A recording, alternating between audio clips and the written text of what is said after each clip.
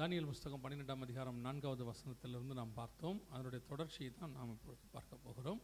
வாசிங்க, தானியேல் 12:4 வாசிங்கள் பாப்போம்.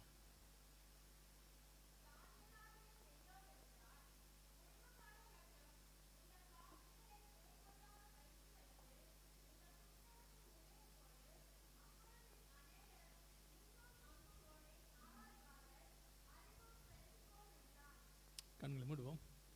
நல்ல தகப்பனே, சர்வ வல்லமையுள்ள எங்கள் ஆண்டவரே, இந்த நாளுக்காக உமக்கு நன்றி. நாட்களை விசேஷித்துக் கொள்ளுகிறவன் கர்த்தருக்கென்று விசேஷித்துக் கொள்ளுகிறான் என்ற வசனத்தின்படி ஆண்டவர் இந்த 7 நாட்களும் நாங்கள் விசேஷித்துக் கொண்டோம். ஒவ்வொரு நாளும் உடைய கிருபை, இரக்கம், தயவு எங்களோடு கொடுத்ததுக்காக நன்றி அப்பா. அந்த கடைசி நாளுக்குள்ளே நாங்கள் கடந்து வந்திருக்கிறோம். தேவனாகிய கர்த்தர் காலை வேளையிலே எங்கள் மத்தியிலே அசைவாடி உடைய வார்த்தைகளை அனுப்பின தேவ ஆவியானவர் இப்பொழுதும் எங்களோடு கூட பேசும்படி நாங்கள் செபிக்கிறோம். ஆவியானவர் சொல்லுகிறதை எங்கள் காதுகள் கேட்க கர்த்தர் கிருபை தருவீராக. மகிமையுள்ள கரத்தில் தாழ்த்துகிறோம். வந்திருக்கிற ஒவ்வொருத்தரும் தேவாவியானவர் இடைபடுங்கப்பா. திரும்பி போகும்பொழுது வசனத்தை கேட்டவர்களாய், ஆயத்தப்பட்டவர்களாய் திரும்பி போக கிருபை பாராட்டும். எங்கள் ஆண்டவர் இயேசு கிறிஸ்துவின் நாமத்தில் பிதாவே, அல்லேலூயா.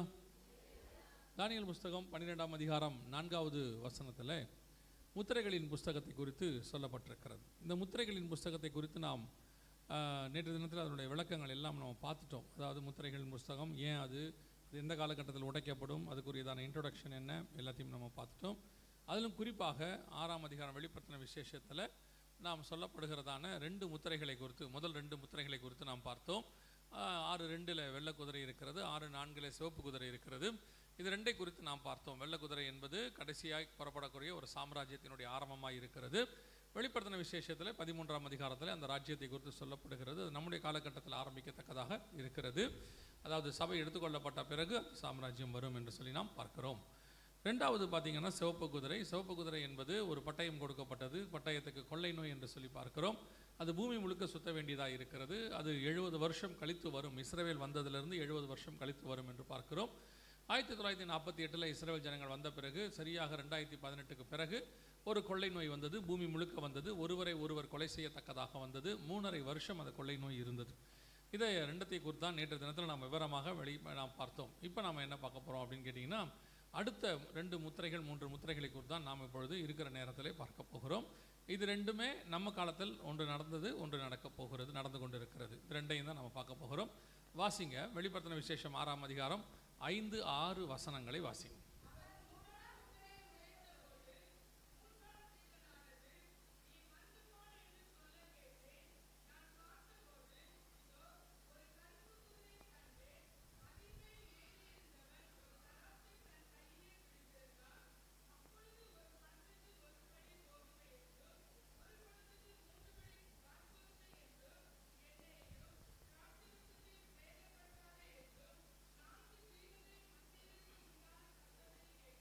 இந்த கருப்பு குதிரை என்றால் என்ன?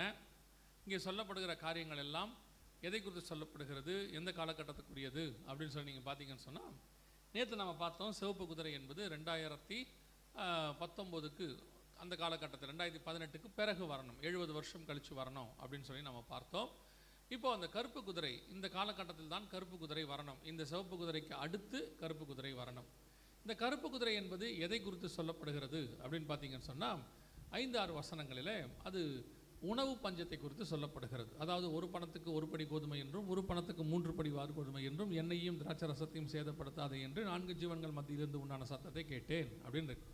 அப்போ அங்கே சொல்லப்படுகிறது உணவு பஞ்சத்தை பற்றி சொல்லப்படுது. ஆனால் அதுக்கு அடையாளமாக என்ன சொல்லப்படுகிறது? 1 பணத்துக்கு 1 படி கோதுமை, 1 பணத்துக்கு 3 படி வார்கோதுமை அப்படின்னு. 1 பணத்துக்கு 1 படி கோதுமைனா எப்படி பஞ்சமாக மாறும்? ஏன்னா சில வருஷங்களுக்கு முன்பாக ஒரு விதமாய் சொன்னார். நம்ம ஒரு நாட்டில் ₹1 1 கிலோ அரிசி கொடுத்த போது பாருங்கள், இதான் 3வது முத்திரை. வெளிப்படுத்தின விஷயத்தில் சொல்லப்பட்டிருக்கிறது ₹1 1 படி அரிசி அப்படின்னு சொல்லி அவங்க சொன்னாங்க. ஆக்சுவலாக 1 பணம் என்றால் வேதாகமத்தினுடைய கணக்கை நீங்கள் புரிந்து கொள்ள வேண்டும். 1 பணம் என்பது எதை குறிக்கிறது, எவ்வளோ அப்படின்னு நீங்கள் பார்க்கணும். உதாரணமாக யோவான் எழுதின சுவிசேஷம் 6ஆம் அதிகாரத்தில் ஆண்டவர் 5000 பேருக்கு போஷிக்கிறதான ஒரு சம்பவம் அங்கே நடக்கிறது. நீங்கள் பார்த்துருக்கிறீங்க. 5000 பேருக்கு அங்கே போஷிக்கிறார்கள். எல்லாத்தையும் நம்ம பார்க்குறோம். அந்த 5000 பேர் போஷிக்கிற போது அந்த இடத்துல அங்கே சீஷர்கள் வரும்பொழுது ஆண்டவர் சீஷர்களை பார்த்து சொல்கிறார், நீங்களே அவர்களுக்கு போஜனம் கொடுங்கள் அப்படின்னு சொல்லி.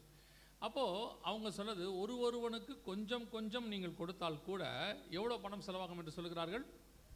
200 பணம் செலவாகும் என்று சொல்லப்படுகிறது. அந்த இடத்துல பார்த்தீங்கன்னா அழகாக போடுறாங்க. யோவான் 6:7 இருக்குது. பிலிப்பு அவருக்கு பிரதியுத்தரமாக, இவர்களில் ஒவ்வொருவன் கொஞ்சம் கொஞ்சம் எடுத்துக்கொண்டாலும் 200 பணத்துக்கு அப்பங்கள் இவர்களுக்கு போதாதே என்றான்.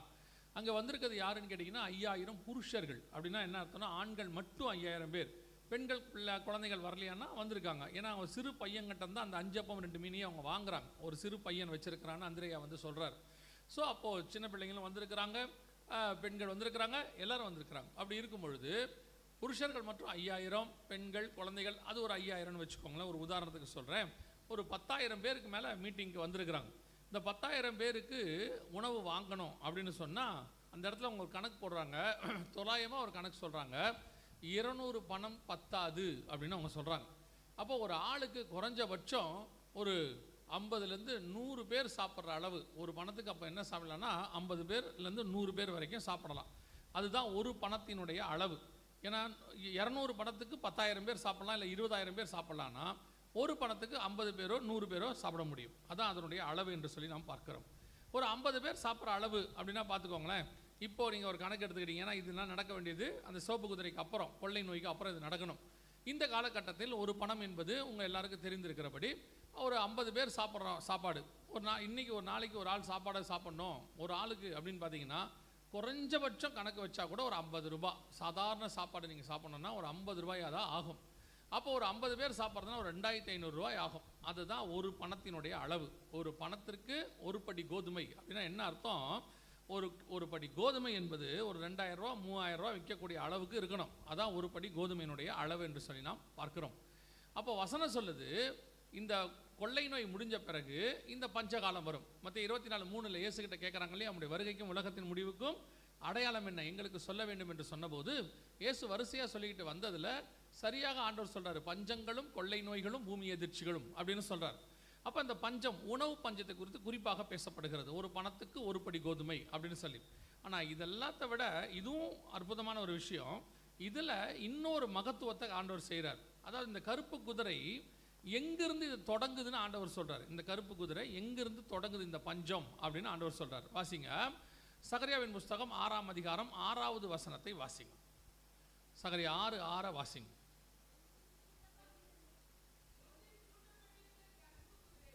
ஒன்றில் பூட்டப்பட்டிருந்த கருப்பு குதிரைகள். அப்போ இந்த கருப்பு குதிரை எங்கே போகுது? வடதேசத்துக்கு புறப்பட்டு போகுது. இங்கே வசனம் வாசிக்கிறோம், வெளிப்படுத்தல் 6:5-6 கோதுமை பஞ்சம் வருது, அடையாளம் கோதுமை அப்படின்னு சொல்லி பார்க்கிறோம். இந்த பஞ்சம் அல்லது உணவு பஞ்சம் அல்லது கோதுமை பஞ்சம் வருவதற்கு இந்த கருப்பு குதிரை எந்த பக்கத்தில் போய் ஸ்டார்ட் பண்ணுது அப்படின்னா வடதேசத்துக்கு புறப்பட்டு போயின. இப்போது இஸ்ரவேல் தேசம் தான் நமக்கு பைபிளை பொறுத்த வரைக்கும் மையமாய் வைக்கப்பட்டிருக்கிறது, சென்டர் பாயிண்ட். ஸோ அந்த இடத்துலேருந்து வடதேசத்துக்கு நீங்கள் கணக்கு போட்டிங்கன்னா மேல் நோக்கி, பூமியினுடைய பகுதியை மேல் நோக்கி போகணும். அதில் போய் பார்த்தீங்கன்னா நேராக அது எங்கே போகணும்னு கேட்டிங்கன்னா அப்படியே இஸ்ரவேலுக்கு மேலே நேராக ரஷ்யா தான் இருக்கும், மாஸ்கோ அப்படியே நேராக போகும், ரஷ்யாவுக்கு போகணும். நீங்கள் அறிந்திருக்கிறபடி இந்த கொரோனா உச்சத்தில் இருக்கும்போது 2022 நீங்கள் பார்த்தீங்கன்னா மிகப்பெரியதான ஒரு யுத்தம் ஆரம்பிக்குது. அந்த யுத்தம் யாருக்கு யாருக்கு நடுவில் ஆரம்பிக்குது அப்படின்னு கேட்டிங்கன்னு சொன்னால் ரஷ்யாவுக்கும் இஸ்ரவேலுக்குமான யுத்தமாக ரஷ்யாவுக்கும் உக்ரைனுக்குமான யுத்தம் ஆரம்பிக்குது. ரஷ்யா உக்ரைன் யுத்தம் நீங்கள் கூட இப்போ பார்த்துக்கிட்டே இருக்கிறீங்க, இன்னும் முடிவுக்கு வரல, இன்னைக்கு கூட அடிச்சிருக்கிறாங்க. ரஷ்யா உக்ரைன் பிரச்சனை ஆரம்பிச்சது 2022. இதில் ஒரு பெரிய ஆச்சரியம் என்னென்னா ரஷ்யாவும் உக்ரைனும் பயங்கரமான ஃப்ரெண்ட்ஸ். எப்போனா பல 100 வருஷமாக ஃப்ரெண்ட்ஸ். ரஷ்யா தேசம் ஒருங்கிணைக்கப்படும் போது யுஎஸ்எஸ்ஆர் என்று சொல்வார்கள், யூனியன் சோவியத் சோஷியலிஸ்ட் ரிபப்ளிக் என்று சொல்வார்கள். அது ஒருங்கிணைக்கப்படும் போது 1918களில் இந்த உக்ரைன், கசகஸ்தான், கஜகஸ்தான் இதெல்லாம் சொல்லுவாங்க, எல்லாத்தையும் ஒன்றா சேர்த்து தான் செஞ்சாங்க. அதற்கு பிறகு 1991 ஒரு மிகப்பெரியதான மாற்றம் ரஷ்யாவில் வந்தது. அப்போதைய ஜனாதிபதியாக இருந்தவர் வந்து மிக்கைல் கார்பச்சோவ் அப்படின்னு சொல்கிறோம். அவர் தான் என்ன பண்ணார், ஒரு சட்டம் இயற்றி, ஃபெரஸ்டோரிக்கான ஒரு சட்டத்தை இயற்றி தேசங்கள் வந்து சுதந்திரம் அடையலாம் அப்படின்னு அவர் சொல்ல ரஷ்யாவை சுற்றி இருக்கிற நாடுகள்லாம் சுதந்திரம் அடைஞ்சிது. அதில் ஒரு நாடு தான் உக்ரைன். அப்போவும் அது சமாதானமாக தான் சுதந்திரம் அடைஞ்சு போகும்போது ரஷ்யாவுக்கும் உக்ரைனுக்கும் பார்டரில் இருக்கக்கூடிய ஒரு பட்டணத்துக்கு பேர் தான் கிரிமியா. இந்த கிரிமியா பகுதியை வந்து அவங்க ஃப்ரீயாக கொடுத்தாங்க ரஷ்யா. யாருக்கு? உக்ரைனுக்கு. ஏன்னா அங்கே கிரிமியா பகுதி முழுக்க ரஷ்யன்ஸ் வாழ்கிறாங்க, ஆனால் அது உக்ரைன் பார்டரில் இருக்கிறதுனால இதை நீங்கள் வச்சுக்கோங்கன்னு சொல்லி கொடுத்தாங்க. அந்த அளவுக்கு ஃப்ரெண்ட்ஸ். அப்படி இருக்கிற இவர்கள் திடீர்னு பார்த்தா 2022 சண்டை ஆரம்பிக்கிறாங்க. உங்களுக்கு இன்னொரு உண்மை தெரியணும், இந்த உலகத்திலேயே அதிகமாக கோதுமை தயாரிக்கிற ஐரோப்பா, ஆசியா, ஆப்பிரிக்காவில் கோதுமை தயாரிக்கிறதுல நம்பர் 1 நாடு எதுன்னு கேட்டிங்கன்னு சொன்னால் உக்ரைன். அவங்களுக்கு இன்னொரு பேர் இருக்குது, the bread basket of Europe அப்படின்னு சொல்லுவாங்க. அதாவது ஐரோப்பாவினுடையதான அந்த மாலை காலையில் பிரேக்ஃபாஸ்ட் நம்ம சொல்கிறோம்ல, அதுக்கான முழுசும் இந்த உக்ரைனை நம்பி தான் இருக்குது. So bread basket of Europe அப்படின்னு சொல்லுவாங்க. 2வது கோதுமை அதிகம் தயாரிக்கிற நாடு ரஷ்யா. இவங்க 2 பேரும் சண்டை ஆரம்பித்த உடனே இந்த ஐரோப்பா கண்டம் முழுக்க, இன்னும் சொல்ல போனால் ஆசியா பகுதி, ஆப்பிரிக்கா பகுதி வரைக்கும் மிகப்பெரிய கோதுமை பஞ்சம் வர தொடங்கியது. உலகம் காணாத ஒரு மிகப்பெரிய கோதுமை பஞ்சம் வர ஆரம்பிச்சிச்சு. எந்த அளவுக்கு கோதுமை பஞ்சம் வந்துச்சுன்னு கேட்டீங்க, இது நடந்தது 2022. 2023 கோதுமை பஞ்சம் உச்சத்தை அடைந்தது.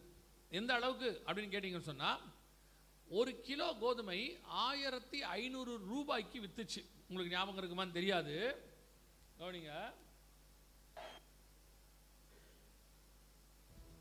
பாகிஸ்தானில் கடுமையான உணவு பஞ்சம் நிலவி வரும் நிலையில் கோதுமை மாவு வாங்க முயன்ற போது கூட்ட நெரிசலில் சிக்கி 4 பேர் உயிரிழந்த சம்பவம் அதிர்ச்சியை ஏற்படுத்தியுள்ளது. பாகிஸ்தானில் பொருளாதார நெருக்கடியால் அத்தியாவசிய பொருட்களின் விலைகள் அதே காலகட்டத்தில் ஸ்ரீலங்காவில் மிகப்பெரிய உணவு பஞ்சம் வந்துச்சு. அந்த உணவு பஞ்சத்தில் ஸ்ரீலங்கா பார்த்தீங்கன்னு சொன்னால் 2022 மே மாதம் நடந்தது. இங்கே இருக்கு பாருங்க, மே. அப்போது பார்த்தீங்கன்னு சொன்னால் ஸ்ரீலங்கா கடுமையான உணவு பஞ்சத்துக்குள்ளே போச்சு. ஸ்ரீலங்கா திவால் ஆயிடுச்சு. அதே காலகட்டத்தில் ஸ்ரீலங்காவில் கோதுமை 3000 ரூபாய் வரைக்கும் வித்துச்சு. இங்கேருந்து ஸ்ரீலங்காவுக்கு எதுக்காக போனோம்னா அங்கே இருக்கிறவங்க 1 கிலோ, ஒரு 2 கிலோ இல்லை 5 கிலோ கோதுமை மாவு வாங்கிட்டு வாங்கம்பாங்க, வேறு எதுவும் கேட்க மாட்டாங்க. அவங்க அதான் கேட்பாங்க. அந்த அளவுக்கு கோதுமை தட்டுப்பாடு அங்கே வர ஆரம்பிச்சிச்சு. அதே காலகட்டத்தில் எல்லா பகுதி இந்தியாவில் கூட அந்த காலகட்டத்தில் பார்த்தீங்கன்னா கோதுமை வரலாறு காணாத அளவுக்கு இருப்பு குறைஞ்சி போச்சுன்னு சொன்னாங்க. இங்கே இருக்கு பாருங்கள், கோதுமையின் அளவு 7 ஆண்டுகள் இல்லாத அளவுக்கு அந்த இருப்பு குறைஞ்சிருச்சு. அப்படின்னா அந்த அளவுக்கு உலகளாவிய கோதுமை தட்டுப்பாடு, குறிப்பாக உணவு பஞ்சம், அது ஒரு அடையாளம் தான் கோதுமை தட்டுப்பாடு என்பது. அது அப்படியே நிறைவேறிச்சு. அதே நேரத்தில் உணவு பஞ்சம் உலகளாவிய பஞ்சமாக மாறிச்சு. எல்லா நாடுகளும் பாதிக்கப்பட்டுச்சு. நாங்கள் பர்மாக்கெல்லாம் அந்த நேரத்தில் மியான்மருக்கு ஒரு ஊழியத்துக்கு போயிருந்தோம். அந்த காலகட்டத்தில் மிகப்பெரியதான விலைவாசி ஏற்றம். அப்போ தான் ஆச்சரியப்பட்டு போயிட்டோம். ஒரு 6 பேர் போய் சாப்பிட்டோம். அவர் பாஸ்டர் சொன்னார், ஒரு நாள் வாங்க ரெஸ்டாரண்ட்டில் போய் சாப்பிட்லாம் அப்படின்ட்டு. ஒரு 6 பேர் போய் சாப்பிட்டோம். அவங்க ஊருக்கு பார்த்தீங்கன்னா கிட்டத்தட்ட 1.5 லட்ச ரூபாய்க்கு மேலே ஆச்சு காசு. 1.5 லட்சம் ஆச்சு. நம்ம ஊருக்கு கணக்கு பண்ணால் அது 4000 கிட்ட தான் வரும். ஆனால் அவங்க ஊருக்கு கணக்கு பண்ணால் அது 1.5 லட்சம். அந்த அளவுக்கு விலைவாசியினுடைய உச்சத்துக்கு போச்சு எல்லா நாடும். இப்போவும் ஸ்ரீலங்கா அந்த மாதிரி தான் இருக்குது. சமீபத்தில் ஒரு 2 வாரத்துக்கு முன்னாடி ஸ்ரீலங்காவுக்கு போயிட்டு வந்தோம் ஊழியத்துக்காக. போயிட்டு வரும்போது பார்த்தீங்கன்னு சொன்னால் ஸ்ரீலங்காவில் எதையுமே வாங்க மனசு வராது. எல்லாம் பார்த்தீங்கன்னா 1000 ரூபா, 2000 ரூபா, 3000 ரூபா அப்படி தான் இருக்கும். பெட்ரோலெல்லாம் ஒரே நாளில் 80 ரூபா ஏறிடுச்சு. ஒரே நாளில் 315 ரூபாயில் இருந்து 400 ரூபாய்க்கிட்ட பெட்ரோல் போயிடுச்சு. அந்த அளவுக்கு விலைவாசி. அதில் குறிப்பாக உணவு பஞ்சம் உலகளாவிய பஞ்சமாக மாறிடுச்சு. அது இந்தியாலையும் அரிசி பார்த்தீங்கன்னா அரிசியும் அதே நிலைமையில் தான் இருந்துச்சு. நம்ம ஏதோ கோதுமை மட்டும் தான் அப்படின்னு அதனால தான் திருப்பி சொன்னேன், இது உலகளாவிய உணவு பஞ்சம். அந்த காலகட்டத்தில் நீங்கள் வாசித்து பார்த்தீங்க, அதாவது சரித்திரத்தில் பார்த்தீங்கன்னு சொன்னால், இந்த மடகஸ்கர்ங்கிற பகுதி தான் மிகப்பெரிய பஞ்சத்தினுடைய பகுதியாக அறிவிக்கப்பட்டது. எந்த அளவுக்குன்னு கேட்டிங்கன்னா, ஜனங்கள் உட்காந்து பூச்சியை சாப்பிட்ற அளவுக்கு அந்த நாடு போயிடுச்சு. அந்த ஹைத்தின்னு ஒரு பகுதி இருக்குது, அந்த பகுதியில் பார்த்தீங்கன்னா ஜனங்க உட்காந்து மண்ணு திங்கிற அளவுக்கு போயிடுச்சு. இதெல்லாம் இது மடகஸ்கரில். இதெல்லாம் பார்த்தீங்கன்னா ஜனங்க முழுக்க முழுக்க பூச்சி சாப்பிட ஆரம்பித்தாங்க. அதாவது ஒரு கிராமத்துக்குள்ளுக்குள்ளே. அதாவது ஐநா சபை என்ன அனௌன்ஸ் பண்ணிச்சுன்னா, இதுதான் அஃபீஷியலாக பஞ்சம் தொடங்கிருச்சு அப்படின்னு சொன்னாங்க. அதாவது உலகத்தில் அஃபீஷியலாக உணவு பஞ்சம் தொடங்கிடுச்சு அப்படின்னு அனௌன்ஸ் பண்ணி, அதுக்கு பிறகு ஒவ்வொரு நாடாக நாங்கள் கலெக்ட் பண்ண ஆரம்பித்தோம், எந்தெந்த நாட்டிலலாம் என்னென்ன பாதிப்பு வருது அப்படின்னு. இது பார்த்தீங்கன்னு சொன்னால் முழுக்க வறட்சி. இது இவங்க பூச்சி சாப்பிட ஆரம்பித்தாங்க. இதில் காட்டுவாங்க, அதுக்கு தான் பார்க்குறேன். இவங்க எல்லாரும் பார்த்தீங்கன்னு சொன்னால் வாசலில் காய வச்சது பூச்சி. இப்போ காய வச்சுருக்காங்க பாருங்கள், இது எல்லாமே பூச்சி தான். அது அவங்க மரத்தில் செடியில் பிடிக்கிற பூச்செல்லாம் எடுத்து காய வச்சு, பிள்ளைகள் எல்லாம் பார்த்தீங்கன்னா அதான் அப்படியே சாப்பிடுவாங்க. அப்படியே காய வச்சு அப்படியே சாப்பிடுவாங்க. இதுதான் அவங்களுக்கு ஆகாரமாக இருந்துச்சு. இதே காலகட்டத்தில் தான் உங்களுக்கு பார்த்தீங்கன்னு சொன்னால் ஹைத்தி பகுதியில் ஜனங்கள் மண்ணு சாப்பிட ஆரம்பித்தாங்க. இது பூச்சி சாப்பிட ஆரம்பித்தாங்க. இது அவர்கள் மண்ணு சாப்பிட ஆரம்பித்தாங்க ஹைத்தி பகுதியில். இதெல்லாமே நான் சொல்கிறது 2023, 24, 22 இந்த காலகட்டம். இதாவது இன்னிலேருந்து ஒரு 3-4 வருஷத்துக்கு முன்னாடி நாம் வாழ்கிற இதே பகுதியில் தான், இதே பூமியில் தான் இன்னொரு பகுதியில் இதெல்லாம் நடந்துக்கிட்டே இருக்குது. ஆனால் இதெல்லாம் ஒரு வகையான அடையாளம். நமக்கு இங்கே என்ன இப்போ ஒரு காரியம் அப்படின்னு கேட்டிங்கன்னா, நம்ம ஏதோ ஒரு கிருபை, ஏதோ ஒரு நிழல் யோசுவா சொல்வார்ல கானானியர்களை பார்த்து, அவர்களை காத்த நிழல் அப்படிம்பார். ஒரு நிழல் நம்மளை காப்பாற்றிக்கிட்டு இருக்கு. அந்த நிழல் வேற யாரும் இல்லை, ஆண்டவராக இயேசு கிறிஸ்து. அவருடைய கிருபை நம்மளை என்ன செஞ்சுட்டு இருக்குது, காப்பாற்றிக்கிட்டு இருக்கு. இப்படியே நீங்கள் இந்தியாவிலேருந்து நார்த் இந்தியா போங்க, அங்கே போனீங்கனாலே பல மாநிலங்களில் உங்களுக்கு வேலை இருக்காது, உணவு இருக்காது, பயங்கரமாக கஷ்டப்படுவாங்க. மிஷினரி பிரயாணமாக சில இடங்களுக்கு போகும்போது பார்த்தா ரொம்ப கஷ்டமாக இருக்கும். அந்த ஜனங்கள் படுற கஷ்டங்களை பார்ப்போம். ஒரு நாளைக்கு 2 மணி நேரம் தான் கரண்ட் இருக்கிற கிராமங்கள் இன்றைக்கும் எதோடு இருக்குது. மொத்தமே 2 மணி நேரம் தான் கரண்ட் இருக்கும். அந்த மாதிரிலாம் இருக்குது. எத்தனையோ கிலோமீட்டர் தண்ணி தூக்கிட்டு வரவங்க இருக்கிறாங்க. ஆண்டவர் சொன்ன அந்த கடைசி காலத்தினுடைய சூழ்நிலை இன்றைக்கும் பல இடங்களில் நடந்துக்கிட்டு தான் இருக்குது. இப்போ நீங்கள் ஈரான் பகுதிக்கு போயிட்டீங்கன்னா, இல்லை காசா பகுதிக்கு போனீங்கன்னா, அங்கே எல்லா பகுதியும் அதான் நான் சொல்லுவேன். சமீபத்தில் கூட பார்த்தோம். இன்றைக்கி இந்த துபாய்னு ஒரு இடம் இருக்குது பார்த்தீங்களா, UAEன்னு சொல்லுவாங்க. அதை கட்டி எழுப்பி உலகத்திலேயே ஒரு மிகப்பெரியதான பட்டணம், சிங்கப்பூரும் துபாயும் தான் ஒரு டூரிஸ்ட் சென்டர் அப்படின்னு சொல்லக்கூடியதான ஒரு காஸ்ட்லி சிட்டியாக மாற்றினாங்க. அப்படி மாற்றுறதுக்கு அவங்களுக்கு குறைஞ்சபட்சம் மினிமம் ஒரு 50 வருஷம் ஆச்சு. அப்படியே கொஞ்சம் கொஞ்சமாக எட்டுப்பி இப்போ தான் அது உலகத்திலேயே நம்பர் 1 சிட்டி சிங்கப்பூரை அதையும் கொண்டாந்தாங்க. அதை ஒரே 3 நாளைக்குள்ளே அந்த சிட்டியோட மொத்தம் க்ளோஸ் ஆயிடுச்சு. 3 நாள், 50 வருஷம் உருவாக்குனது 3 நாளில் காணாம போச்சு. இப்போ இந்த ஒரு மாதத்துக்குள்ளே துபாய் ஒன்றுமில்லாத இடத்துக்கு வந்துருச்சு. எதுக்கு சொல்கிறேன் அப்படின்னா, உங்களை என்னையும் ஏதோ ஒரு கிருபை காப்பாற்றி கொண்டிருக்கிறது. நம்மளுடைய நீதி அந்த காரியம்லாம் கிடையவே கிடையாது. கர்த்தருடைய கிருபை நம்மளை காப்பாற்றிக்கிட்டு இருக்குது. இல்லைனா யோசிச்சு பாருங்க, வசனம் சொல்லதில்ல, வான பரியந்தம் உயர்த்தப்பட்ட கப்பர் நகுமே நீ பாதாள பரியந்தம் தாழ்த்தப்படுவாய். அதெல்லாம் நீங்கள் பார்த்தீங்கன்னா பல பட்டணங்களுக்கு பொருந்தும், இன்றைக்கும் பொருந்தும். நம்மளே ஏதோ ஆண்டவருடைய தயவு, அப்படியே தயவாக நம்மளை காப்பாற்றி ஆண்டவர் கொண்டு போயிட்டு இருக்கிறார். இதை விட கொடுமையான வாழ்க்கையை வாழ்கிற மக்கள்லாம் இருக்கிறாங்க. போன 2 மாதத்துக்கு முன்னாடி காசா பகுதியில் ஒரு நம்ம பார்லிஜி பிஸ்கெட்னு ஒன்று சொல்கிற பாருங்க, ஒரு 5 பிஸ்கெட் 6 பிஸ்கெட் இருக்கக்கூடிய டப்பா பாக்கெட் இருக்கும். இங்கே 5 ரூபாயோ 10 ரூபாயோ தான் அந்த டப்பா. அது அவங்க பகுதியில் இந்திய பணத்துக்கு 4500 ரூபாய்க்கு விற்றுச்சு ஒரே ஒரு பாக்கெட். அந்த அளவுக்கு அங்கே அவங்க கஷ்டத்தை அனுபவிச்சாங்க. ஏசாயா புஸ்தகத்தில் அவங்கள பற்றி சொல்லப்பட்டிருக்கோம். மிகப்பெரிய பஞ்சத்தை காசா பகுதி அனுபவிக்கும்னு சொல்லி அந்த தீர்க்கதரிசனம் நிறைவேறிச்சு. எதுக்கு சொல்கிறேன், ஆண்டவர் இன்னைக்கு நம்மை மிகச்சிறந்த இடத்துல வச்சிருக்கிறார். உங்களுக்கும் எனக்கும் இன்னைக்கு என்ன கஷ்டம் அப்படின்னு கேட்டிங்கன்னா, சொந்த வீடு இல்லை, லேண்ட் இல்லை, கார் இல்லை, நகை இல்லை, இதுதான் நமக்கு இருக்கான கஷ்டம். அவங்களுக்கு சாப்பாடே இல்லை. நான் சில நேரங்களில் இந்த பிள்ளைகளெல்லாம் பேசுகிறத கேட்கும்போது மனசுக்கு ரொம்ப கஷ்டமாக இருக்கும். ஏன் அப்படின்னு கேட்டிங்கன்னு சொன்னால், இதே பூமியில் இன்னொரு பகுதியில் பிள்ளைகள் ஒரு டம்ளர் தண்ணி இல்லாமல், ஒரு பாட்டில் தண்ணி இல்லாமல் கஷ்டப்பட்டுக்கிட்டு இருக்குது. இங்கே நம்ம பிள்ளைகள் நல்லா 3 வேளையும் மொக்கி தின்னுபிட்டு பேசுகிற பேச்செல்லாம் நீங்கள் பார்த்தீங்கன்னு சொன்னால் அவ்வளோ ஆணவமாக இருக்கும். சில நேரத்தில் ரொம்ப மனசு கஷ்டமாகவும் இருக்கும். ஏன் இப்படியெல்லாம் இவங்க பேசுகிறாங்க அப்படின்னு சொல்லி. காரணம் என்ன அப்படின்னா, இன்னொரு பகுதி நாம் பார்க்குறோம், அதை பற்றி படிக்கிறோம், சில நேரங்களில் நேரில் போய் பார்க்குறோம். மியான்மரையோ அல்லது ஸ்ரீலங்காவையோ நேரில் போய் பார்க்கும் பொழுது அவர்கள் படுகிற கஷ்டம். இப்பவும் சொல்கிறேன், தயவுசெய்து உணவை வீண் பண்ணாதிருங்கள். உங்களுக்கு எவ்வளோ வேணுமோ அதை வாங்கி கேட்டு சாப்பிடுங்க. கொஞ்சம் கொஞ்சமாக 4 தடவை வாங்குங்க, தப்பே கிடையாது. சில ஆட்கள்லாம் பார்த்தீங்கன்னா சாப்பாடு இந்த பஃபே சிஸ்டத்துக்கு போவாங்க. இந்த பஃபே சிஸ்டம் போயிட்டு அவங்க பண்ணுற வேலையை பார்த்தீங்கன்னா, ஒரு தட்டில் மொத்தத்தையும் அள்ளி வச்சுப்பாங்க. அப்படியே எல்லாத்தையும் அள்ளி வச்சு சாப்பிட முடியுதோ இல்லையோ, கண்ணு மட்டும் பெருசு, வயிறு சின்னது. எல்லாத்தையும் பார்த்து அதை சாப்பிட்டு ஆகணும் அப்படின்ட்டு போங்க, சாப்பிடுங்க. உங்களை வேணான்னு சொல்லலை, கர்த்தர் உங்களுக்கு கொடுத்துருக்கிறாரு, சாப்பிடுங்க. ஆனால் வீண் பண்ணாதிருங்கள். கொண்டு போயிட்டு அப்படியே கீழே கொட்டுறது, ஒரு லெவலுக்கு மேலே உங்களால் முடியல, சிலதெல்லாம் வாயிலே வைக்க முடியாது, ஒன்றுமே செய்ய முடியாது. அது நம்ம அவ்வளோதான், அது ஓகே. ஆனால் சிலர்லாம் பார்த்தீங்கன்னு சொன்னால் இஷ்டத்துக்கு சாப்பாடை வீண் பண்ணுறது. தயவுசெய்து அதெல்லாம் செய்யாதிருங்கள். இப்போ நம்ம கண்ணுக்கு முன்னாடி இந்த 6ஆம் அதிகாரம் 5-6 வசனங்களில் சொல்லப்பட்ட தீர்க்க தரிசனம், வடபுறத்திலிருந்து கோதுமை பஞ்சமானது உலகளாவிய பஞ்சமாய் மாறிச்சு. அந்த வசனத்தில் இன்னும் ஒரு மிக முக்கியமான விஷயத்தை கர்த்தர் சொல்றார். வாசிங்க, வெளிப்படுத்தின விசேஷம் 6ஆம் அதிகாரம் 6வது வசனத்தை வாசிங்க. ஒரு பணத்திற்கு 1 படி கோதுமை என்றும், ஒரு பணத்திற்கு 3 படி வார்கோதுமை என்றும், எண்ணெயையும்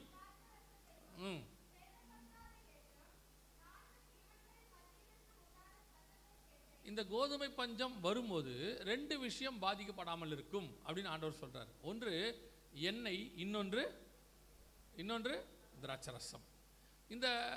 இந்த குறிப்பிட்ட ஒரு 25 வருஷத்தில் உலகத்தின் பொருளாதாரத்தை நிர்ணயிக்கக்கூடிய மிக முக்கியமான நம்பர் 1 பொருள் எதுன்னு கேட்டிங்கன்னா எண்ணெய் தான் இன்னைக்கு உலகத்தில் இருக்கிறதுலையே உலகத்தின் பொருளாதாரத்தை நிர்ணயிக்கிறதுல நம்பர் 1ல் இருக்குது. அது நம்ம கச்சா எண்ணெய்னு சொல்கிறோம். நமக்கு தெரிஞ்சது அவ்வளோதான். கச்சா எண்ணெய் இல்லாமல் இன்னும் நிறைய எண்ணெய் இருக்குது.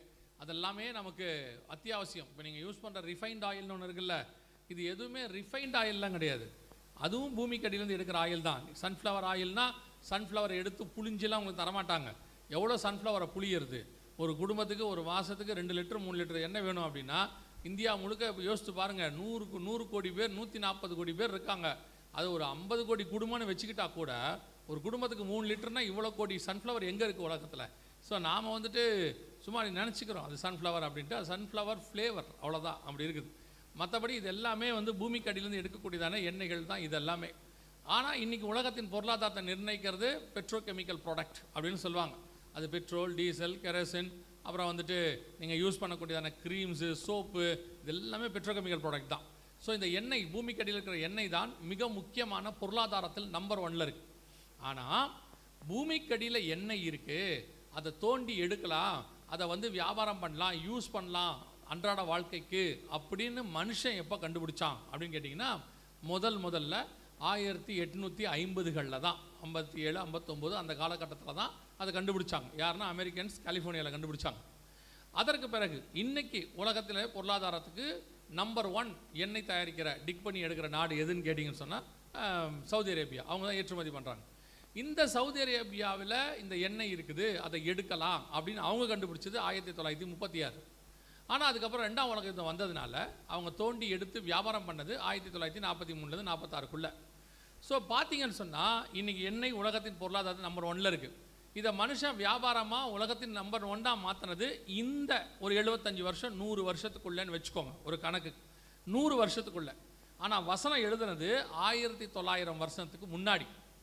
ஆண்டவர் எழுதுகிறாரு, உலகம் முழுக்க ஒரு கொள்ளை நோய் வரும், அதே காலகட்டத்தில் வடதிசையிலிருந்து கோதுமை பஞ்சம் புறப்படும், அந்த கோதுமை பஞ்சம் காலத்தில் எண்ணெய் சேதப்படாமல் இருக்கும். இத்தனை துல்லியம் பாருங்க தீர்க்க தரிசனத்தில், எவ்வளோ பர்ஃபெக்டாக இருக்கு பாருங்க. 6ஆம் அதிகாரம் வெளிப்படுத்தின விசேஷத்தில் பூமி முழுக்க ஒரு கொள்ளை நோய் வரும், ஒருவரை ஒருவர் கொலை செய்யத்தக்கதாக வரும், அதே நேரத்தில் வட திசையிலிருந்து ஒரு பஞ்சம் ஒன்று உருவாகும், கோதுமை பஞ்சமாக இருக்கும், அது ஒரு பணத்துக்கு ஒரு படி கோதுமை விற்கும், அதே காலகட்டத்தில் எண்ணெயும் திராட்சை ரசமும் சேதப்படாமல் இருக்கும். எவ்வளோ பர்ஃபெக்டான ப்ராபசி பாருங்க. இது இப்போ நடந்துகிட்டு இருக்கு, நம்ம கண்ணுக்கு முன்னாடி நடந்துட்டு இருக்கு. கொள்ளை நோய் கொரோனா வந்து உலகம் முழுக்க ஒருவரை ஒருவர் கொலை செஞ்சுக்கிட்டு இருந்துச்சு. அதே காலகட்டத்தில் வடதிசை ரஷ்யா உக்ரைன்லேருந்து கோதுமை பஞ்சம் ஆரம்பிச்சிச்சு. ஆனால் அதே காலகட்டத்தில் எண்ணெய் மட்டும் சேதப்படாமல் இருந்துச்சு. எண்ணெய் எந்த பாதிப்பும் வரல, எண்ணெய் தான் பொருளாதாரத்தை காப்பாற்றி இருந்துச்சு. இந்தியாலாம் கொரோனாக்கு அப்புறம் பல நாடுகள் திவால் ஆயிடுச்சு. என்னதுக்கு? அதுக்கு ஒரு ரீசன் இருந்துச்சு. என்னன்னு கேட்டிங்கன்னா, குறைஞ்சபட்சம் ஒவ்வொரு மக்களுக்கும் 2 தடவை டோஸ் அந்த கொரோனா வேக்சின் போட்டாங்க, 2 போட்டாங்க, சில இதில் 3 போட்டாங்க. ஒரு தடவை போடுறதுக்கு $35 அரசாங்கம் செலவு பண்ணுச்சு ஒரு ஆளுக்கு. வெளியேருந்து வாங்கினாங்க. ஒன்று தான் நம்ம தயாரித்தோம், கோவேக்சின்னு, கோவிஷீல்டெல்லாம் வெளியே வாங்கினது, ஃபைசர், கோவிஷீல்டு, ஸ்புட்னிக் இதெல்லாம் வெளியே வாங்கினது. ஒரு டோஸ் போடுறதுக்கு $35, 2 டோஸ் போடுறதுக்கு $70 ஒரு ஆளுக்கு அரசாங்கம் செலவு பண்ணிச்சு. ஃப்ரீயாக போட்டவங்களுக்கு சொல்கிறேன், $70 போட்டாங்க. $70னா அன்றைக்கி உள்ள காலகட்டத்தில் 5000 ரூபாய்க்கிட்ட கணக்கு வரும், 5000 ரூபா கணக்கு வரும். ஒரு ஆளுக்கு 5000 ரூபானா யோசித்து பாருங்கள், 100 கோடி மக்கள்கிட்ட போட்டாங்க, எவ்வளோ ஆயிருக்கும்னு பாட்டுங்களேன். இந்த மாதிரி பல நாடுகள் தங்கள் மக்களுக்கு ஃப்ரீயாக போட்ட நாடுகள்லாம் என்ன ஆயிடுச்சுன்னா திவால் ஆயிடுச்சு. ஏன்னா அவங்க மருந்து காசு கொடுத்து தான் வாங்கினாங்க, ஜனங்களுக்கு ஃப்ரீயாக போட்டாங்க. ஆட்டோமேட்டிக்காக பெரிய கடன் ஸ்ரீலங்காவில் அதில் தான் திவால் ஆச்சு. அவ்வளோ பெரியதான பிரச்சனை வந்துச்சு. ஆனால் அந்த காலகட்டத்தில் எண்ணெய் இந்தியா போன்ற நாடுகள்லாம் எப்படி அதை சமாளித்தாங்கன்னா, பெட்ரோல் டீசல் விலை அவங்க அன்றைக்கி பேரல் விலை குறைவாக இருந்தாலும் இதை சமாளிக்கிறதுக்கு அதை செஞ்சாங்க. இப்படி எண்ணெய் சேதப்படாமல் இருக்கும். ஆண்டவர் சொன்னபடியே துல்லியமாக நம் கண்களுக்கு முன்பாக இந்த தீர்க்க தரிசனங்கள்லாம் நிறைவேறிச்சு. எண்ணெய் தான் உலகத்தின், இன்றைக்கும் உங்களுக்கு நல்லா கவனித்து பார்த்தீங்கன்னா எண்ணெய் சேதப்படலை. எண்ணெய் இருக்குது, இப்போது ஈரானில் எண்ணெய் இருக்குது, சவுதியில் இருக்குது, எல்லா இடத்துலையும் எண்ணெய் இருக்குது. அது இந்த பக்கம் கிராஸ் ஆகி வரமாட்டேங்குது, அவ்வளோதான் பிரச்சனை. பேச்சுவார்த்தை பண்ணி கொண்டு வரத்துக்கு இப்போ நம்மலாம் கொஞ்சம் பேச்சுவார்த்தை பண்ணி கப்பல் வருதுன்னு வச்சுக்கோங்களேன். எண்ணெய் இல்லாமல் இல்லை, ஆனால் கோதுமை இல்லை அவங்களுக்கு. ரஷ்யாவிலையும் உக்ரைன்லேயும் கோதுமை இல்லை, உக்ரைனில் கோதுமை இல்லை, ரஷ்யா கோதுமை வந்து ஏற்றுமதியாக பண்ண மாட்டேன்னு சொல்லிருச்சு ஐரோப்பாவுக்கு, பெரிய பிரச்சனையாச்சு.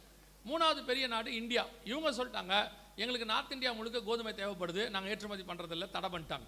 ஸோ ஒரு பெரிய கோதுமை தட்டுப்பாடு வந்துச்சு. ஆனால் எண்ணெய்க்கு அப்படி வரல, எண்ணெய் இருந்துச்சு. இப்போ கவனிச்சு பார்த்தீங்கன்னா எண்ணெயும் திராட்சை ரசமும், 2வது ஒயின்.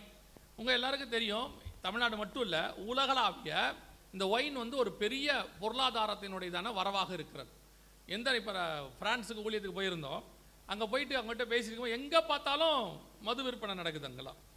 அப்போ கேட்கும்போது அவங்க சொன்னாங்க, எங்களுடைய பிரான்ஸுடையதான வருடாந்திர பட்ஜெட்டில் இந்த மது விற்பனை ஒரு பெரிய பங்கு வகிக்குது அப்படின்னாங்க. உலகளாவிய மத்திய எழுதின சுவிசேஷம் 24ஆம் அதிகாரத்தில் 37-38 இயேசு சொல்லும் பொழுது, நோவாவின் காலத்தில் எப்படி நடந்ததோ அப்படியே மனுஷகுமாரன் வரும் காலத்திலும் நடக்கும். எப்படியெனில் ஜனங்கள் புசித்தும் குடித்தும் பெண் கொண்டும் பெண் எடுத்தும்னு இருக்கும். இந்த புசித்து குடித்து அதுக்கு ஆண்டவர் மிக தெளிவாக சொல்வார். லூக்கா எழுதின சுவிசேஷத்தில் 21ஆம் அதிகாரம் நான் நினைக்கிறேன், ஆண்டவர் சொல்வார், பெருந்திண்டியினாலும் குடி வெறியினாலும் அப்படிம்பார், லௌகீக கவலையினாலும் அப்படிம்பார். இந்த குடித்துங்கிறதுக்கு குடி வெறி அப்படின்னு இருக்கும், புசித்துங்கிறதுக்கு பெருந்திண்டின்னு இருக்கும், இந்த பெண் கொடுத்து பெண் எடுத்து அதுக்கு லௌகீக கவலை அப்படின்னு இருக்கும். கவனிச்சு பார்த்தீங்கன்னு சொன்னால் இந்த ரெண்டும் தான் இன்னைக்கு ஒரு பெரிய நாட்டினுடைய மிகப்பெரிய பொருளாதாரம்.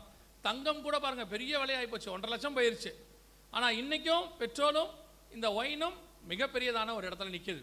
இது ஆண்டவர் எழுதுனது 1900 வருஷத்துக்கு முன்னாடி யோவான் பத்மு தீவில் இருக்கும்போது ஆண்டவர் இதை எழுதுறார். அப்போ யோசிச்சு பாருங்க, நம்முடைய வேதம் எந்த அளவுக்கு முன்னோடியாக இருக்கிறது, எவ்வளோ மகத்துவங்களை கர்த்தர் எழுதி கொடுத்துருக்கிறார். நாம் இதை படிக்கிறத விட்டுறோம், இதை ஆராயறத விட்டுறோம். இது கடைசி காலத்தில் நம்ம வாசிக்கிறோம் இல்லையா, அறிவு பெருகி போகும்.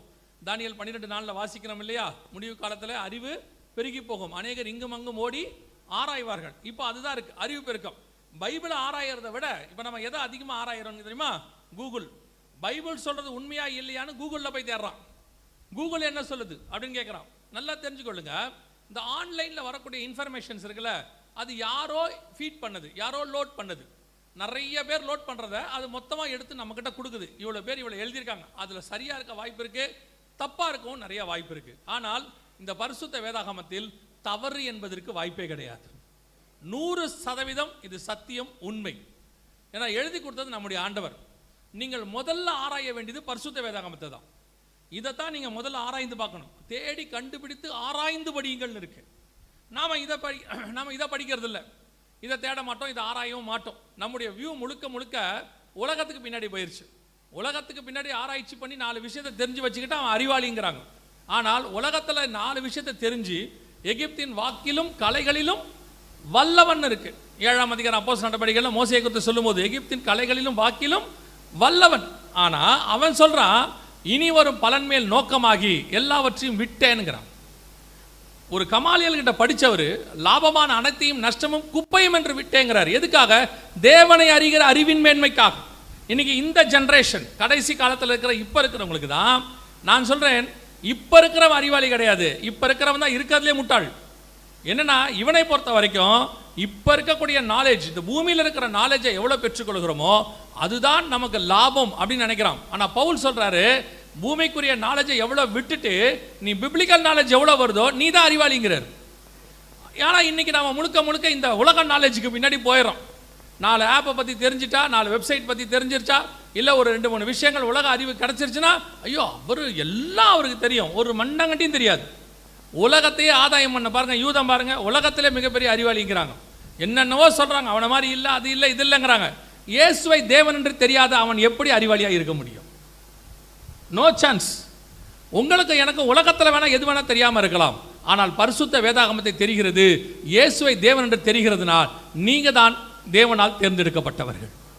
ஆண்டவர் உலகத்தின் ஞானமுள்ளவர்களை அவமாக்கும்படி கர்த்தர் யாரை தெரிந்து கொண்டார்? பைத்தியங்களை தெரிந்து கொண்டார்னு இருக்குது. அவங்க பார்வைக்கு நாம பைத்தியமா தான் இருப்போம், பரலோகத்தின் பார்வைக்கு தேவனுடைய வெளிச்சம் நம்ம மேல இருக்கும். அவங்க கிட்ட இருள் இருக்கும். ஆனா இருள் எப்படி இருப்பாங்க? பணக்கார இருள். இங்க எப்படி இருக்கும்?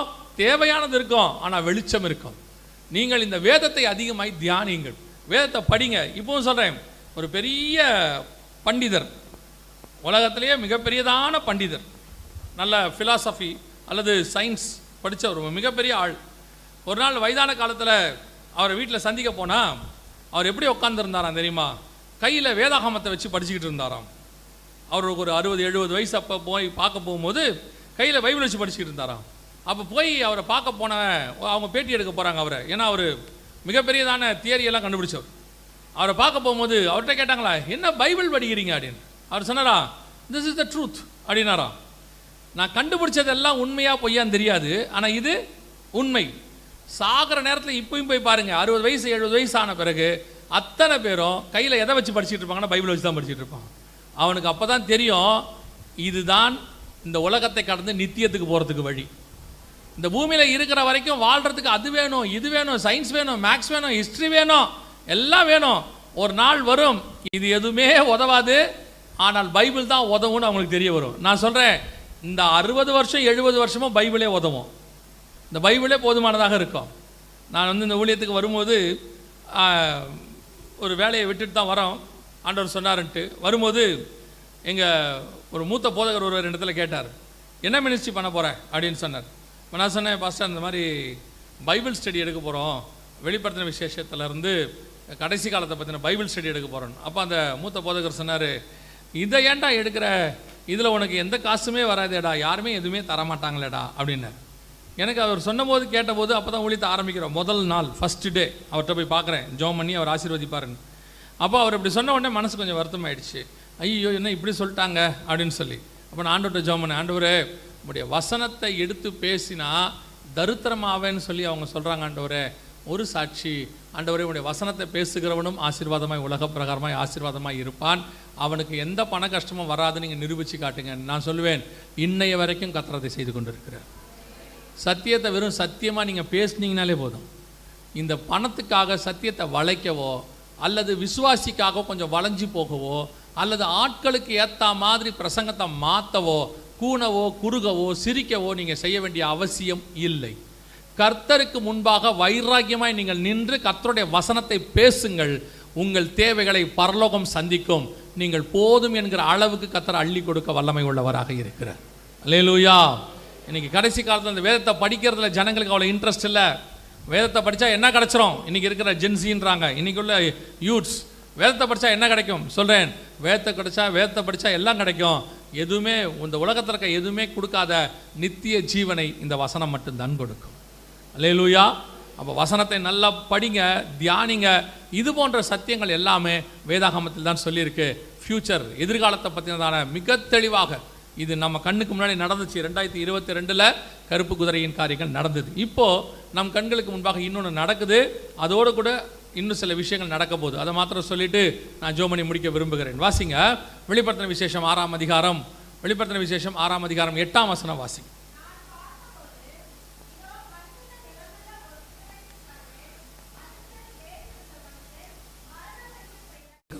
அப்படின்னு நல்லா கவனிச்சு பார்த்தீங்கன்னு சொன்னால், மங்கிய நிறமுள்ள குதிரை இது கொள்ளை நோய்க்கு அடுத்து வரணும். சிவப்பு குதிரைக்கு அடுத்து சகரியாவில் வரணும். அதே நேரத்தில் வடதேசைக்கு கருப்பு குதிரை போகணும். இந்த காரியம் மங்கிய நிறமுள்ள குதிரை என்று சொல்லக்கூடாது. ஆங்கிலத்தில் பேல்ஹாஸ் அப்படின்னு இருக்கும். மங்கிய நிறமுள்ள இந்த குதிரை, அதுக்கு பேரே அவரே சொல்லிட்டார் ஆண்டவர். நமக்கு தெரியும், சிவப்பு குதிரைக்கு கொள்ளை நோயின்னு பார்த்தோம், கருப்பு குதிரைக்கு பஞ்சம் அப்படின்னு பார்த்தோம். ஆனால் இதுக்கு ஆண்டவர் என்ன சொல்லியிருக்கிறாரு, மரணம். அவரே பேர் வச்சிருக்கிறார். என்ன மரணமா, பூமியில் உள்ளவர்களில் கால் பங்கில் உள்ளவர்களை கொலை செய்யும்படியான அதிகாரம் அதற்கு கொடுக்கப்பட்டது அப்படின்னு இருக்கு. இதுதான் இந்த 2022 கோதுமை பஞ்சம். அதற்கு பிறகு இதுதான் ஆரம்பிக்கணும். இந்த காரியம் தான் நடக்கணும். இந்த காரியம் இப்பொழுது நம் கண்களுக்கு முன்பாக நடந்து கொண்டிருக்கிறது. மிகப்பெரியதான ஒரு டீபாப்புலேஷன் அல்லது மிகப்பெரியதான ஒரு உயிர் சேதம், பேரழிவு உலகளாவிய வரணும். அப்படி வருவதற்கு 4 விதமான காரியங்களை ஆண்டவர் சொல்கிறார். எதனால் வரும் அப்படின்னு அங்கே ஆண்டவர் சொல்கிறாரு, நேரடியாகவே சொல்கிறாரு. முதலாவது எதனால் வரும், பட்டயத்தினாலும் அப்படின்னு இருக்கு. பட்டயம் அப்படின்னா யுத்தம். நார்மலாக பட்டயம் என்று சொன்னால் என்ன அர்த்தம், யுத்தம்னு அர்த்தம். தூதன் கையில் பட்டயம் கொடுத்தால்தான் அதற்கு பேர் என்ன அர்த்தம், கொள்ளை நோயின்னு அர்த்தம். ஆவியானவர்கிட்ட பட்டயம் வந்து அதுக்கு பேர் என்னது, வசனம், வார்த்தை அப்படின்னு அர்த்தம். இப்போ இங்கே வசனம் சொல்லுது அவனுக்கு ஒரு பட்டயம். அந்த பட்டயம்னா என்ன அப்படின்னா யுத்தம். கடைசி காலத்தில் ஒரு யுத்தம் நடக்கணும். இந்த யுத்தம் தான் அடுத்து மிகப்பெரியதான பேரழிவை உலகத்தில் கொண்டு வரணும். அது எந்த யுத்தத்தை குறித்து சொல்லப்படுகிறது அப்படின்னு சொல்லி கேட்டிங்கன்னா, எசேக்கியேல் புஸ்தகம் 38ஆம் அதிகாரம் 39ஆம் அதிகாரம், இது ரெண்டுத்தையும் திருப்பி வச்சுக்கொள்ளுங்க. அங்கே கடைசி காலத்தை குறித்து ஒரு யுத்தம் சொல்லப்படுகிறது. வாசிங்க, எசேக்கியேல் புஸ்தகம் 38ஆம் அதிகாரம் 8வது வசனத்தை வாசிங்க. அநேக நாட்களுக்கு பிற்பாடு நீ விசாரிக்கப்படுவாய், பட்டயத்துக்கு நீங்களாகி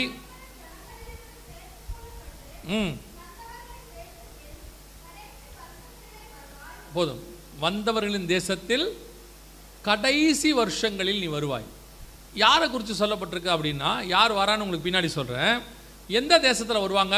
பற்பல ஜனங்களிலிருந்து சேர்த்து கொள்ளப்பட்டு வந்தவர்களின் தேசம். அது எதுன்னு கேட்டிங்கன்னா இஸ்ரவேல் தேசம். நம்ம எல்லாருக்கும் தெரியும், இவங்க தான் பல நாடுகளிலிருந்து சேர்த்து கொள்ளப்பட்டாங்க. நம்ம காலத்தில் மோசே காலத்தில் எகிப்திலேருந்து வந்தாங்க, செருபாபேல் காலத்தில் மேதிய பெர்ஷிய சாம்ராஜ்யத்தில் வந்தாங்க.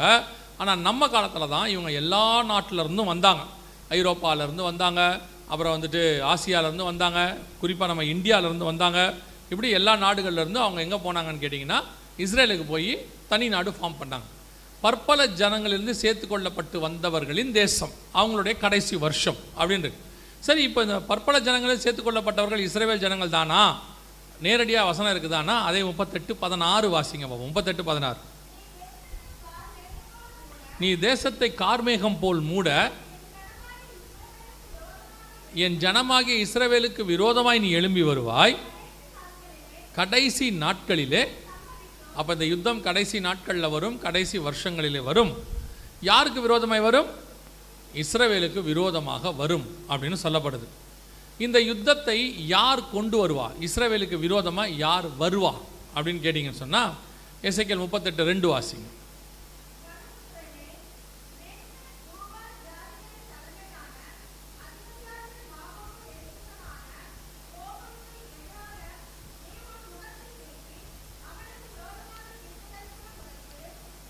இது யாரை பற்றி சொல்லப்பட்டிருக்கிறது? மேசேக் தூபால் ஜாதிகளின் தலைமையான அதிபதியாகிய மாக்கோகு தேசத்தான் ஆகிய கோகுக்கு எதிராக நீ உன் முகத்தை திருப்பி அப்படின்னு இருக்குது.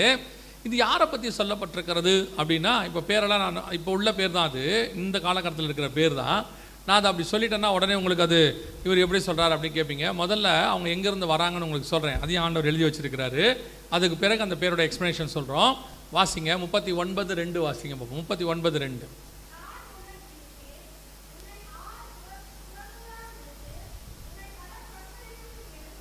எங்கிருந்து எழும்பவும்? வடபுறங்களிலிருந்து எழும்பவும். இஸ்ரவேல் தேசத்தினுடைய வடக்கு பக்கத்துலேருந்து வரணும். ஏற்கனவே சொன்ன பார்த்தீங்களா, வடக்கு பக்கம் அப்படின்னு இங்கே இருக்கு பாருங்க. இதுதான் இஸ்ரவேல். இந்த இடத்துலேருந்து வடக்கு பக்கம் கோடு போட்டிங்கன்னா நேராக போய் ரஷ்யா இங்கே இருக்கு பாருங்க. இதுதான் ரஷ்யா. இந்த பகுதி இருக்குது வடக்கு. நீ வடபுறங்களிலிருந்து எழும்பவும் அப்படின்னு இருக்குது. இந்த வடபுறத்துலேருந்து எழும்பி வரக்கூடிய அந்த நாட்டுக்கு மேசேக் தூபால் 38:2 மேசேக் தூபால் அதனுடைய தலைமையான அதிபதி அப்படின்னு இருக்கு. இந்த மேசேக் தூபால் அப்படின்னா என்ன அப்படின்னு கேட்டிங்கன்னா, ரஷ்யாவுடையதான 2 பட்டணங்கள். ஒன்று ஆசியாவில் இருக்கும், இன்னொன்று ஐரோப்பாவில் இருக்கும். ரஷ்யா மட்டும்தான் யூரோ ஏஷியான்னு சொல்லுவாங்க. யூரோப்லேயும் இருக்கும், ஏஷியாவிலையும் இருக்கும். இந்த 2 கண்டங்கள்லையும் இருக்கக்கூடியதான அந்த ரஷ்யா தலைமையான அதிபதி மேசேக் தூபால் அப்படின்னு இருக்கு.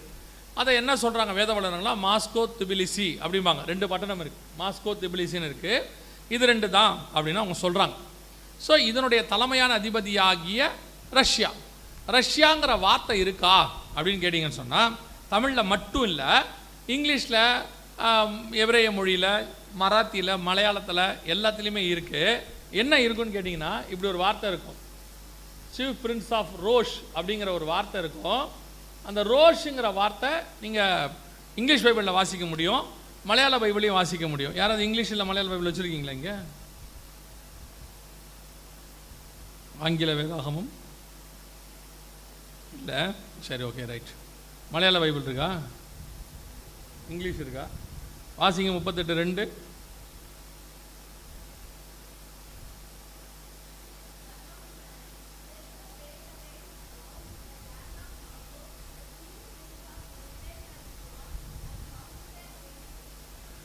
இது என்ன வேர்ஷன்மா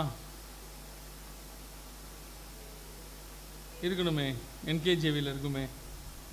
இந்த சீஃப் பிரின்ஸ் ஆஃப் ரோஷ் அப்படிங்கிற வார்த்தை ஒன்று இருக்கும்.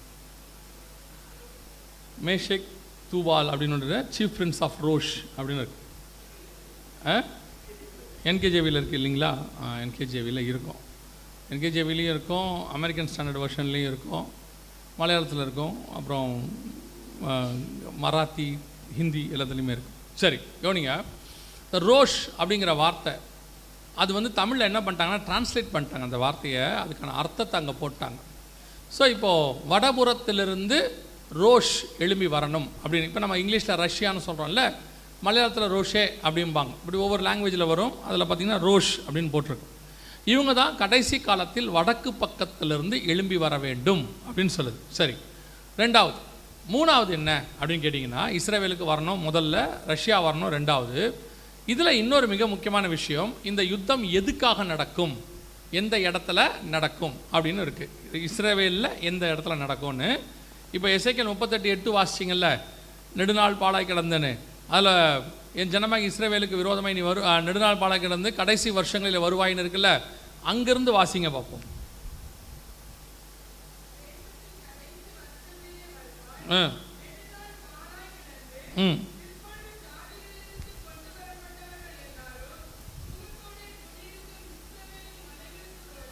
சுகத்தோட குடியிருக்கும் இஸ்ரவேலுக்கு மலைகளுக்கு விரோதமாய் நீ வருவாய். நல்லா கவனிங்க, எதுக்கு விரோதமாய்? மலைகளுக்கு விரோதமாய் அப்படின்னு இருக்கு. 39:2 வாசிங்க. 39:2.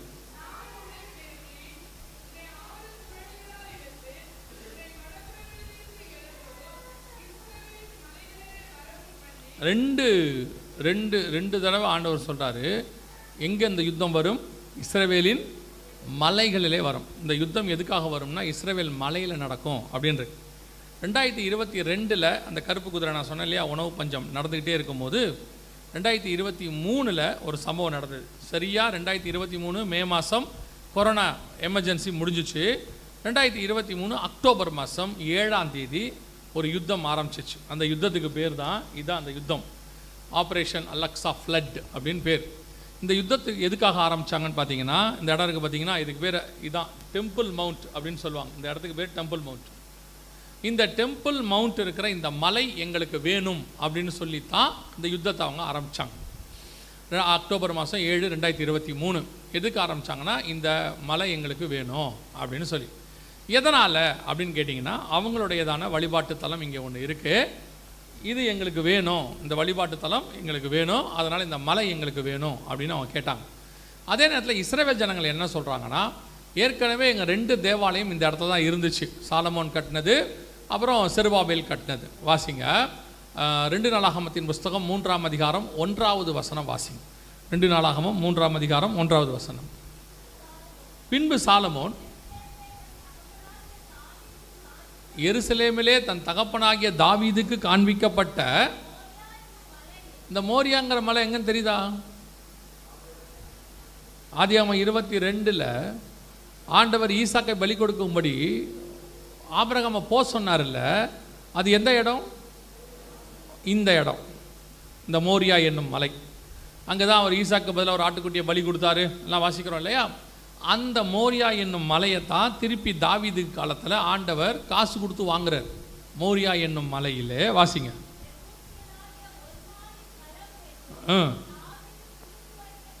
தாவீது குறித்து வைத்த ஸ்தலத்தில். ஸோ இது அவங்களுடையதான ஆபிரகாம் காலத்திலேருந்து பாரம்பரியமாக அவங்ககிட்ட இருக்கிற இடம். கர்த்தர் ஆபிரகாமுக்கு வாக்கு பண்ணது, தாவீது காசு கொடுத்து வாங்கினது. ஸோ அவங்களோட 2 ஆலயமும் அங்கே தான் இருந்துச்சு. அது மட்டுமல்ல, 3வது தேவாலயம் வரப்போகுது அப்படிங்கிறது ப்ராஃபஸி பைபிளில் இருக்குது. அதை யூதர்களும் விசுவாசிக்கிறாங்க. மத்தேயு எழுதின சுவிசேஷம் 24ஆம் அதிகாரம் 15வது வசனத்தை நீங்கள் வாசிக்கும் பொழுது, பாழாக்கும் அருவருப்பை குறித்து தானியேல் தீர்க்கதரிசி சொல்லி இருக்கிறானே, வாசிக்கிறவன் சிந்திக்க கடவன், அதை பரிசுத்த ஸ்தலத்தில் இருக்கு இல்லையா? அப்படின்னா என்ன அர்த்தம்னா, இயேசு சொல்றாரு, மீண்டும் ஒரு பரிசுத்த ஸ்தலம் அவங்களுக்கு வரும், யூதர்களுக்கு. அதுதான் இந்த தேவாலயம். ஸோ 3வது தேவாலயம் அங்கே வரணும். இப்போ யூதர்கள் என்ன விசுவாசிக்கிறாங்கன்னா, எங்களுக்கு இன்னொரு தேவாலயம் வரும், இப்போ எங்களுக்கு நாடு வந்துருச்சு, தலைநகராக எருசலேம் வந்துருச்சு, நாங்கள் 3வது என்ன பண்ண போகிறோம்? தேவாலயத்தை கொண்டு வர போகிறோம், அப்போ எங்களுக்கு இந்த மலை தேவைப்படும், இதை தரமாட்டோம் அப்படின்றாங்க. இப்போ இவங்க என்ன சொல்கிறாங்கன்னா, எங்களுடையதான வழிபாட்டுத்தலம் அங்கே இருக்குது, அது இடம் உங்ககிட்ட இருக்குது, ஆனால் வழிபாட்டுத்தலம் எங்களுது, நாங்கள் அதை தான் வச்சுப்போம், நாங்கள் தரமாட்டோன்றாங்க. ஸோ இப்போ அந்த இடம் கொஞ்சம் காம்ப்ளிகேட்டடாக இருக்குது. ஸோ இந்த இடத்த அவங்கக்கிட்ட கொடுக்க சொல்லி ஐநா சபையில் என்ன பண்ணியிருக்காங்க? தீர்மானம் கொண்டு வந்திருக்காங்க, 2 ஸ்டேட் சொல்யூஷன் அப்படின்னு. ஆனால் சட்டப்படி பார்த்தா 6 நாள் யுத்தத்தில் இந்த இடத்த யூதர்கள் ஜெயிச்சிருக்கிறாங்க. ஸோ அவன் என்ன சொல்கிறான்? யுத்த சட்டத்தின்படி இந்த இடம் எனக்கு சொந்தம், இதை எப்படி தர சொல்கிறீங்கன்னு. இப்போ ஐநா சபையில் எல்லாமே என்ன சொல்கிறாங்க, அதை கொடுத்துட்டிங்கன்னா பிரச்சனை சால்வ் ஆகிடும், அவங்க அதனால தானே இவ்வளோ சண்டை போடுறாங்க, கொடுத்துருங்கன்னு சொல்கிறாங்க. ஸோ இது ஒரு காம்ப்ளிகேட்டடான ஒரு பிரச்சனை. ஆனால் வசனத்தின்படி யூதர்களுக்கு அது சொந்தம் அப்படின்னு அவங்க சொல்கிறாங்க. ஸோ இப்போது அதுக்கான சண்டை தான் ஆரம்பிச்சிருக்கு. இந்த மலை எனக்கு வேணும் அப்படின்னு ஹமாஸ் ஆரம்பித்தாங்க, கொடுக்க முடியாது அப்படின்னு சொல்லி இஸ்ரேல் ஆரம்பிச்சிச்சு. ஆனால் இந்த சண்டை அப்படியே எக்ஸ்பேண்ட் ஆச்சு, அடுத்தடுத்த லெவலுக்கு போச்சு. அடுத்தடுத்த லெவலுக்கு போகும்போது சகரியா 12:6 ஆண்டவர் சொல்கிறாரு, அந்நாளில் யூதாவின் தலைவரை விறகுகளுக்குள்ளே இருக்கிற எரிகிற அக்கினி தழலுக்கும், அந்த வசனம் வாசிங்க.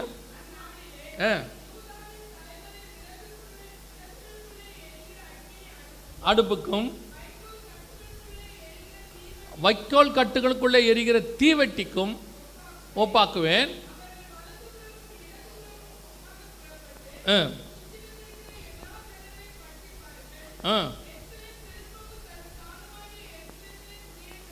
இதுக்காக தான் இந்த சண்டை நடந்துகிட்டு இருக்கு.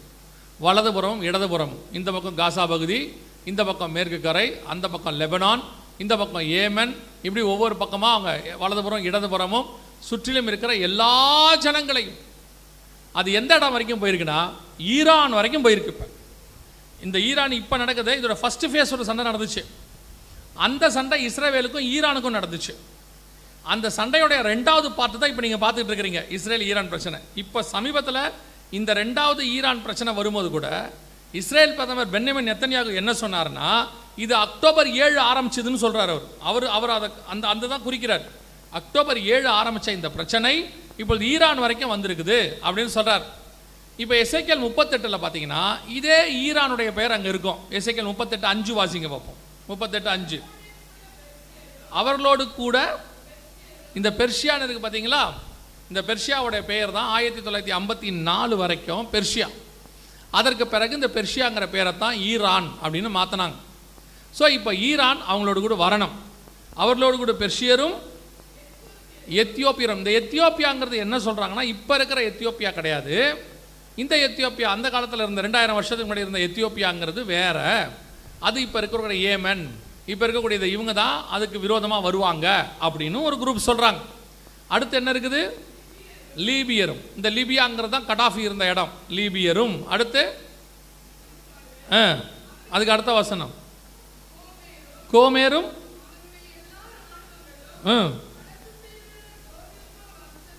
இது யாரை பற்றி சொல்லப்பட்டிருக்கிறது அப்படின்னா, இதில் குறிப்பாக இப்போ ரஷ்ய சப்போர்ட்டர்ஸாக இருக்கிற எல்லா நாடை பற்றி அங்கே பேசியிருக்கு. அதை தான் இப்போ நாங்கள் குறிப்பாக இந்த வசனங்களை வச்சுக்கிட்டு இந்த வேத வல்லுநர்கள் ஆராயிறாங்கல்ல, அவங்களாம் என்ன சொல்கிறாங்கன்னா, இந்த தொகரமா அப்படிங்கிற இந்த கோமேர் தொகரமாங்கிறதுலாம் யாரை குறிக்குதுன்னா, இந்த பக்கம் இருக்கிற துருக்கி, இந்த மாதிரி ஸ்காண்டினேவியன் கண்ட்ரீஸ் இவங்களை குறிக்குது அப்படின்னு சொல்கிறாங்க. ஸோ இதில் மிக முக்கியமாக துருக்கி வந்து ஜாயின் பண்ணணும். இதை நாங்கள் முந்தி சொல்லிகிட்டு இருக்கிறோம், துருக்கியும் அதில் இருக்கும், ஏன்னா அங்கே இருக்குது. சமீபத்தில் கூட துருக்கி வரும் அப்படின்னு. இப்போ நான் சொல்கிறது, நேற்று இஸ்ரேல் சொல்லியிருக்கிற மிக முக்கியமான ஸ்டேட்மெண்ட்டில் ஒன்று, நேற்றுல ஒரு 3 நாளைக்கு முன்னாடி இஸ்ரேல் சொல்லியிருக்க ஸ்டேட்மெண்ட்டில் ஒன்று என்னென்னா, எங்களுக்கு அடுத்த த்ரெட்டு ஈரானுக்கு அப்புறம் நம்ம அடுத்து சண்டை போட வேண்டியது துருக்கியோட தான், அவங்க தான் இஸ்ரேலுக்கு பயங்கர த்ரெட்டாக இருக்காங்க அப்படின்னு சொல்லியிருக்கு. இதில் ஒரு பெரிய ஆச்சரியம் என்னென்னா, துருக்கியும் இஸ்ரேலும் பகைமை நாடுகள் தான், ஃப்ரெண்ட்ஸ் கிடையாது. ஆனால் துருக்கியும் நேட்டோ நாடுகளில் இருக்கிறதுனால அவங்க ஒரு நடுநிலைமையாக இருப்பாங்க. இப்போ திடீர்னு இஸ்ரேல் சொல்லுது துருக்கி எங்களுக்கு எதிர்ப்பு அப்படின்னு சொல்லுறாங்க. சரி, துருக்கி என்ன ரியாக்ட் பண்ணுச்சு அப்படின்னு கேட்டிங்கன்னா, நீங்கள் பார்த்துருப்பீங்க, ஒரு சமாதானம் ஒரு காரியம் ஈரானுக்கும் அமெரிக்காவுக்கும் நேற்றெல்லாம் பேசுகிறேன்னு சொல்லியிருந்தாங்க. இன்றைக்கி அது முடிஞ்சிருச்சு, தெரிந்தானே உங்களுக்கு, சமாதானம் இல்லைன்னு சொல்லிட்டாங்க. அதாவது அமெரிக்கா சொன்ன எதையும் ஈரான் என்ன செய்யலை, ஏற்றுக்க மாட்டேன்னு சொல்லிருச்சு. ஸோ அடுத்து யுத்தம் ஆரம்பிக்க போகுது. அதில் என்ன ஒரு ஸ்டேட்மெண்ட்னா, இப்போ இல்லாத ஒரு நாடு வந்து ஜாயின் பண்ணுது. ஏற்கனவே இந்த யுத்தத்தில் இஸ்ரேல் இருக்குது, ரஷ்யா இருக்குது, ஈரான் இருக்குது, அப்புறம் வந்துட்டு குவைத் இருக்குது, கத்தார் இருக்குது, யுஏஇ இருக்குது, சவுதி இருக்குது, பஹ்ரைன் இருக்குது. இவ்வளோ நாடுகள் இப்போ இந்த யுத்தத்தில் இருக்குது. இவங்களோட கூட மறைமுகமாக சைனாவும் இருக்குது, இவ்வளவும் இருக்குது. வெளிப்படையாக இன்னும் மிக முக்கியமாக வந்த ஒரு நாடு, இன்னைக்கு வந்த நாடு யாருன்னு கேட்டிங்கன்னா துருக்கி. துருக்கி சொல்லுது, இந்த ஈரான் அமெரிக்கா ஒப்பந்தம் ஃபெயிலியர் ஆயிடுச்சுன்னா இஸ்ரேலுக்கு விரோதமாக நாங்கள் இறங்குவோம், இந்த யுத்தத்தில் நாங்கள் இருக்கிறோம், இஸ்ரேலுக்கு விரோதமாக இருக்கிறோம் அப்படின்றாங்க. ஸோ அடுத்து வர வேண்டிய மிக முக்கியமான நாடும் உள்ளே நுழைஞ்சிருச்சு, அந்த நாடும் உள்ளே வந்துருச்சு. இன்னும் மிக முக்கியமாக ஒரு நாடு தான் இருக்குது, அந்த நாடு தான் வடதிசையிலிருந்து வர வேண்டிய ரஷ்யா. இப்போ ரஷ்யா இந்த யுத்தத்தில் இஸ்ரவேலுக்கு எதிராக இன்டெலிஜென்ஸும் சில செயற்கைக்கோள் உதவிகள், ட்ரோன் உதவிகளை ஈரானுக்கு செஞ்சுக்கிட்டு இருக்கு. இது எல்லாரும் வெளிப்படையாக தெரியுது. உக்ரைன் அதிபர் ஜெலன்ஸ்கியும் சொல்கிறார், ரஷ்யா இதில் நிறைய ஆயுதங்களை வந்து ஈரானுக்கு கொடுக்குதுன்றார். ஆனால் வெளிப்படையாக ரஷ்யா யுத்தத்தில் இறங்கி ஒரு குண்டு கூட இன்னும் போடலை. ஆனால் ஈரானுக்கு அது சப்போர்ட் தெரிவிச்சிருக்கு. இதில் இந்த ஃபெயிலியர், ஒருவேளை இந்த ஒப்பந்தம் ஃபெயிலியர் ஆயிடுச்சு, அங்கே ஃபெயிலியர் ஆயிடுச்சுன்னு சொல்லிட்டு இருந்தோம், ஃபெயிலியர் ஆயிடுச்சு. இப்போ ரஷ்யா உள்ளே நுழையும். துருக்கி, ரஷ்யா, சைனா. இப்போ சைனா இன்றைக்கி என்ன சொல்லியிருக்குன்னா, சைனா என்னுடைய ஆயுதங்களை ஈரானுக்கு நான் அனுப்ப போகிறேன் அப்படின்னு சொல்லியிருக்கு. அவங்க டைரெக்டாக சொல்லியிருக்காங்க. ஸோ இந்த நாடுகள் எல்லாம் நேரடியாக களத்தில் குதிக்கிறாங்க. அடுத்த சில வருஷங்கள் இப்போ இதுக்கு அடுத்து மிகப்பெரிய யுத்தம் ஒன்று வரும். அதான் எசேக்கியேல் 38-39. அதுதான் அடுத்த 2028 வரைக்கும் வருகை தாமதிக்குமானால் மிகப்பெரியதான யுத்தமாக இருக்கும். அதைத்தான் நாம் 3ஆம் உலக யுத்தம் அப்படின்னு சொல்கிறோம். ஏற்கனவே 2 யுத்தம் நடந்ததுனால இதை 3ஆம் உலக யுத்தம்னு சொல்கிறோம். நீங்கள் போய் அப்புறமா இந்த எசேக்கியேல் 38-39 கொஞ்சம் உட்காந்து படிங்க, தியானிங்க. நல்லா கவனித்து பார்த்தீங்கன்னா அதில் நியூக்ளியர் வார் பற்றி ஆண்டவர் பேசியிருப்பார். ஜனங்கள் மூக்கை பொத்தி கொண்டு போவார்கள், ஒரு எலும்பை பார்த்தால் கூட அதில் இடத்துல ஒரு மார்க், ஒரு அடையாளத்தை போடுவார்கள். எல்லாருக்கும் நியூக்ளியர் பற்றின எல்லா விஷயங்களும் நமக்கு இருக்கும். ஸோ இப்போ நாம் இத்தனை நாள் கேட்ட பார்க்குற எசேக்கியேல் 38-39 யுத்தம் நம் கண்களுக்கு முன்பாக ஸ்டார்ட் ஆயிடுச்சு. அது போய்கிட்டே இருக்கு. அதில் தலைமையேற்று நடத்த வேண்டிய ஒரு நாடு வரணும். இவங்க எல்லாருக்கும் சீஃபாக ஒரு நாடு வரணும். அதான் சீஃப் பிரின்ஸ் ஆஃப் ரோஷன் வாசிச்சிங்க இல்லையா, தலைமையான அதிபதி அப்படின்னு. எசேக்கியேல் 38:7 பாருங்க, நீ ஆயத்தப்படுத்து, உன்னோடு கூடின கூட்டத்தை ஆயத்தப்படுத்து, நீ அவர்களுக்கு காவலனாயிரு அப்படின்னு இருக்கும். அதான் ரஷ்யா. ஸோ இவங்க எல்லாருக்கும் சேர்ந்து வரணும். இப்போ கல்ஃப் நாடுகளில் பெரும்பான்மை நாடுகள் ரஷ்யா சப்போர்ட்டராக மாறும். இப்போ யுத்தம் வேறு பரிமாணம் அடைகிறது. இந்த சின்ன பிரேக் இருக்குல்ல, ஒரு நாள் பிரேக், இது அடுத்த கட்டத்துக்கு கொண்டு போக போகுது. அதான் எசேக்கியேல் 38-39 இயேசு சொன்னார் இல்லையா, யுத்தங்களின் செய்திகளையும் கேள்விப்படுவீர்கள். நீங்கள் கேள்விப்படுகிறீர்கள், அதில் பாதிக்கு வந்திருக்கிறீங்க. முதலாவது பட்டயம் நம் கண்களுக்கு முன்பாக போய்கொண்டே இருக்கிறது. ரெண்டாவதாக இந்த யுத்தத்தில் மிகப்பெரிய பேரழிவு வரும். அது என்னன்றதை உங்களுக்கு கடைசியாக சொல்கிறேன். ரெண்டாவது பட்டயத்தினாலும், அடுத்து என்ன இருக்குது, 6ஆம் அதிகாரம் 8ஆம் வசனம் வெளிப்படுத்தின விசேஷம், பட்டயத்தினாலும் பஞ்சத்தினாலும். இப்போ நீங்கள் உணவு பஞ்சம் பார்த்துருக்கீங்க இல்லையா, வட திசையிலிருந்து கோதுமை. ஆனால் இப்போது எல்லா பஞ்சமும் வரும். எல்லா பஞ்சம்னா என்னென்னா, உணவு பஞ்சம், அடுத்து இது தண்ணி பஞ்சம், காற்று பஞ்சம் எல்லாம் வரும். அத்தனையும் சேர்ந்து மிகப்பெரியதான பஞ்சகாலம் ஒன்று உலகளாவி வருது. இந்த பஞ்சம் எப்படி வரும்? நீங்கள் என்ன பஞ்சம்னா என்ன அப்படின்னா, ஏதோ சாப்பாடு கிடைக்காது அப்படின்னு சொல்கிறீங்க இல்லையா. இப்போ நீங்கள் பார்த்தீங்கன்னு சொன்னால் ஆயில் வரல, எண்ணெய் வரலன்னு கேஸ் வரல, நமக்கு கேஸ் குறைவாயிடுச்சு. இப்போ சிலிண்டர்லாம் நமக்கு குறைவாக கிடைக்குது. அதே நேரத்தில் உரம் உற்பத்தி விவசாயத்துக்கு அதுவும் குறைஞ்சிருச்சு அப்படிங்கிறாங்க. இப்படி ஒவ்வொன்றா வர எல்லா பஞ்சமும் வரும், அத்தனை பஞ்சமும் வரும். அதுக்கப்புறம் விலைவாசி ஏறும். இப்போ இந்தியா ரூபாய் வந்து 92 ரூபாய்க்கு போயிடுச்சு. 70 ரூபாய் 80 ரூபாயில் இருந்த ரூபாயோட மதிப்பு எங்கே போயிடுச்சு? 92 ரூபாய்க்கு போயிடுச்சு. அரிசி விலையெல்லாம் இப்போ எந்த அளவுக்கு போகும்னு நமக்கு சொல்ல முடியாது. பஞ்சகாலம், மிக மோசமான பஞ்சகாலம் எதிர்கொள்ள போகிறோம். நம் கண்களுக்கு முன்பாக இவையெல்லாம் ஆரம்பிச்சிருச்சு. நல்லா தெரிஞ்சுக்கொள்ளுங்க, இது ஏதோ உங்களுக்கு கதையோ அல்லது ஏதோ ஒரு காரியத்தையோ அல்ல. நம் கண்களுக்கு முன்பாக நடந்து கொண்டிருக்கிற வேதத்தில் சொல்லப்பட்ட தீர்க்க தரிசனங்களை தான் விவரித்து சொல்லுகிறோம். நாங்கள் தீர்க்கதரிசிகளும் அல்ல, தீர்க்கதரிசிகளின் புத்திரரும் அல்ல. இது வேதத்தில் சொல்லப்பட்ட வசனம், அது நம் கண்களுக்கு முன்பாக நடக்கிறது என்பதை எக்ஸ்பிளைன் பண்ணுறோம், அவ்வளவே. ஸோ அடுத்து மிக மோசமான பஞ்சகாலம் ஒன்று வருகிறது. தண்ணி பஞ்சமும் வரும் வேதத்தில் சொல்லப்பட்டபடி. இது இல்லாமல் இன்னொன்றும் இருக்குது, அதாவது வசன பஞ்சம். ஆமோஸ் புஸ்தகம் 8ஆம் அதிகாரம் 11வது வசனம். இப்போ நீங்கள் இதெல்லாம் பார்க்குறது வெளியே அடையாளம், வெளியே பார்த்துட்டு இருக்கிற அடையாளம். இது இல்லாமல் இன்னொரு அடையாளம் இருக்குது, அது உள்ளே இருக்கிற அடையாளம். இதையும் நீங்கள் கவனிக்கணும். ஆமோஸ் 8:11 வாசிங்க. இதோ தேசத்தின் மேல் பஞ்சத்தை அனுப்பும் நாட்கள் வரும்.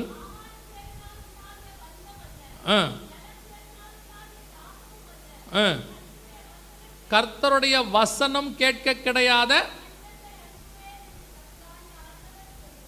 வசன பஞ்சம் வருமா? வசன பஞ்சம்னா என்னங்க? வசன பஞ்சம் வரும்னு சொல்றீங்களே, வசன பஞ்சம்னா என்ன அப்படின்னு கேட்டால், இப்போ நிதானிச்சு கொஞ்சம் யோசிச்சு பார்த்தீங்கன்னா, நிறைய சர்ச்சஸ், நிறைய ஊழியக்காரங்க எந்த பக்கம் திரும்பினாலும், பத்தாததுக்கு ஆன்லைன் முழுக்க நீங்கள் எதை திறந்தாலும் சரி, அது யூடியூபோ ஃபேஸ்புக்கோ இன்ஸ்டாவோ அல்லது வாட்ஸ்அப்போ எதை திறந்தாலும் நம்ம ஆளுங்க இருப்பாங்க. அதில் மாற்றுக்கருத்தே இல்லை. டெக்னாலஜி யூஸ் பண்ணுறதுல நம்மளை மாதிரிலாம் அடிச்சுக்க ஆளே இல்லை, எல்லாத்துலேயும் இருக்காங்க. இவ்வளவும் இருக்குது, எப்படி நீங்கள் பஞ்சம் வரும்னு சொல்கிறீங்க, வசன பஞ்சம் வரும்னு எப்படி சொல்கிறீங்க? அதுதான் இத்தனை சேனல்ஸ். இப்போ எல்லாருமே வந்து அவங்களால முடிஞ்ச அளவுக்கு சேனலை ஓப்பன் பண்ணி ஏதாவது செஞ்சுக்கிட்டே இருக்காங்க. இவ்வளோ சேனல் இருக்கும்போது வசன பஞ்சம்னு எப்படி சொல்கிறீங்க அப்படின்னா, ஒரு உதாரணம், இது எனக்கு ஆண்டவர் சொல்லி கொடுத்தது, அதை நான் உங்களுக்கு சொல்கிறேன். இப்போ பூமி முழுக்க நல்லா கவனித்து பார்த்தீங்கன்னா ஒரு 71% தண்ணி இருக்குது, 71%.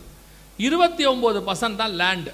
அவங்க சொல்கிறாங்க, சிலர் 70-30ங்கிறாங்க, சயின்டிஸ்ட்டு 71-29ங்கிறாங்க.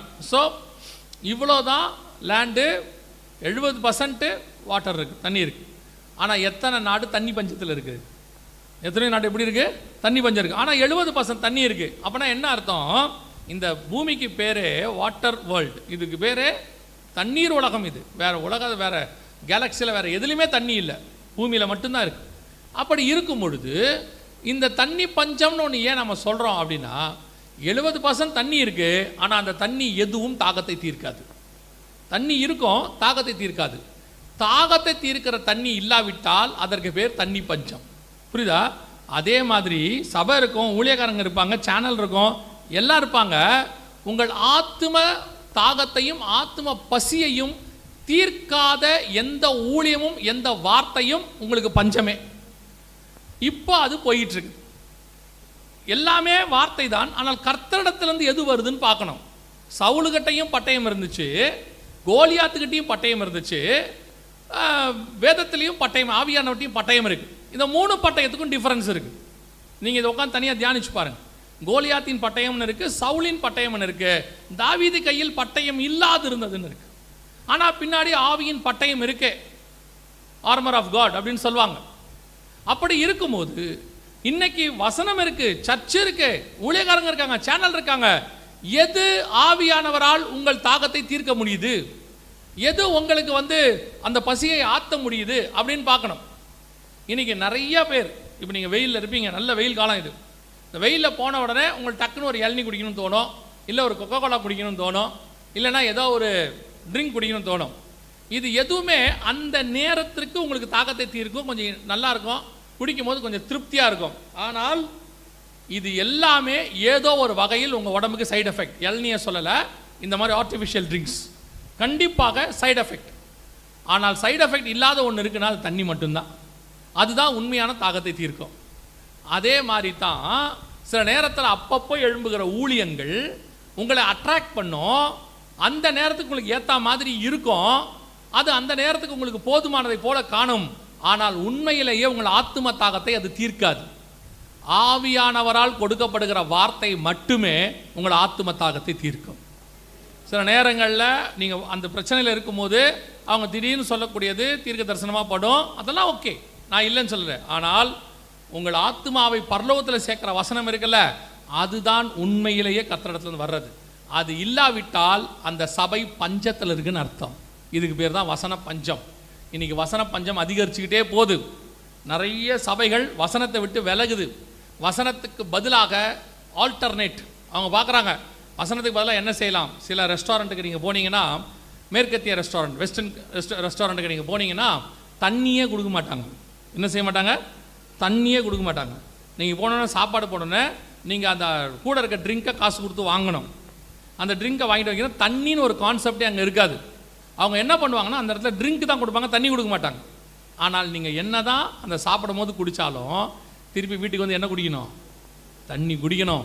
அல்லது தண்ணி குடிக்காம விட்டால் உங்கள் உடம்பு ஹீட் ஆகும், எல்லா விதமான சைடு எஃபெக்டும் வரும். அதே மாதிரி தான் என்ன தான் அந்த நேரத்தில் சிலர்லாம் வந்து அப்படி கொஞ்சம் என்டர்டெயின் பண்ணி உங்களை ஆட வச்சு, குதிக்க வச்சு, கத்த வச்சு, ஓட வச்சு, உட்கார வச்சு எல்லாம் பண்ணுவாங்க. இது எல்லாம் அந்த நேரத்தில் கேட்கறதுக்கு நல்லா இருக்கும், ஜாலியாக இருக்கும், என்டர்டெயினாக இருக்கணும். ஆனால் உண்மையிலே உங்கள் தாகத்தை தீர்ப்பது கர்த்தருடைய வசனம் மட்டும்தான். அதுக்கு ஆல்டர்னேட்டாக ஒன்று கிடையவே கிடையாது. இன்றைக்கி வசன பஞ்சகாலம். வசனத்துக்கு பதிலாக என்னென்னத்தையோ கொண்டு வந்து கொட்டுறாங்க. யூத் மீட்டிங்னா ஒன்று கொட்டுறாங்க, லேடிஸ் மீட்டிங்னா ஒன்று கொட்டுறாங்க, வியாபாரிகள் கூட்டம்னு ஒன்று கொட்டுறாங்க, எல்லாத்தையும் கொட்டுறாங்க. ஆனால் எதுவுமே சொல்கிறேன், இப்பவும் சொல்கிறேன், அந்த நேரத்துக்கு அது ஓகே தான். ஆனால் நிரந்தரமாக உங்கள் தாகத்தை தீர்ப்பது கர்த்தருடையதான வசனம் மட்டும்தான். அல்லேலூயா. இன்றைக்கி வசன பஞ்ச காலம் உச்சத்துக்கு போகுது.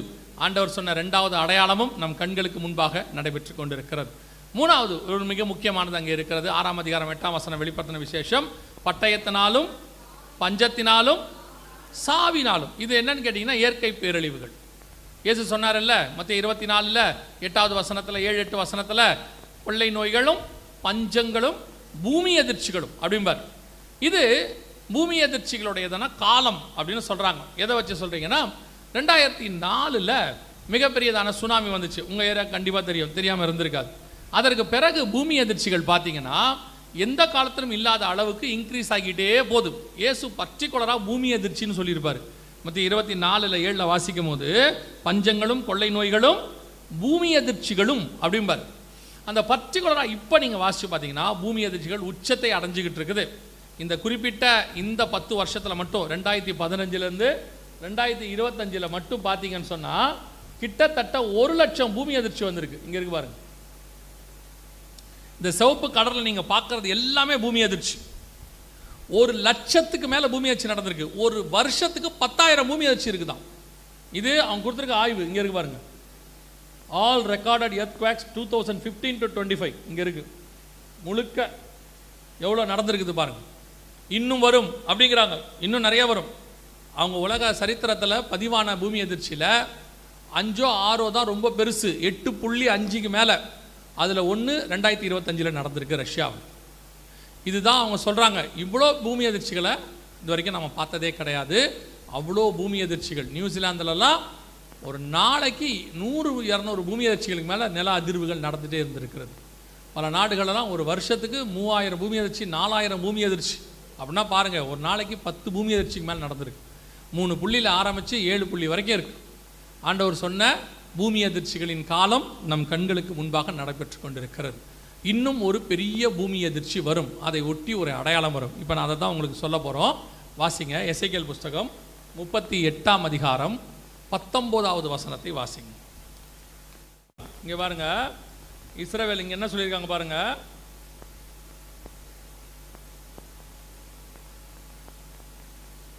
நெக்ஸ்ட் இயர்ஸ் இங்கே இருக்கு பாருங்க, இது ஜெருசலேம் போஸ்ட் இஸ்ரேல் பத்திரிகையில் வந்தது. Next years critical for Israel's earthquake preparedness. Israel warn பண்ணியிருக்குது. இஸ்ரேல் அடுத்த வருஷம், இது என்னன்னா 2025 இது வந்தது. அடுத்த வருஷம் மிகப்பெரியதான பூமி அதிர்ச்சிகளின் காலம் அப்படின்னு சொல்றாங்க.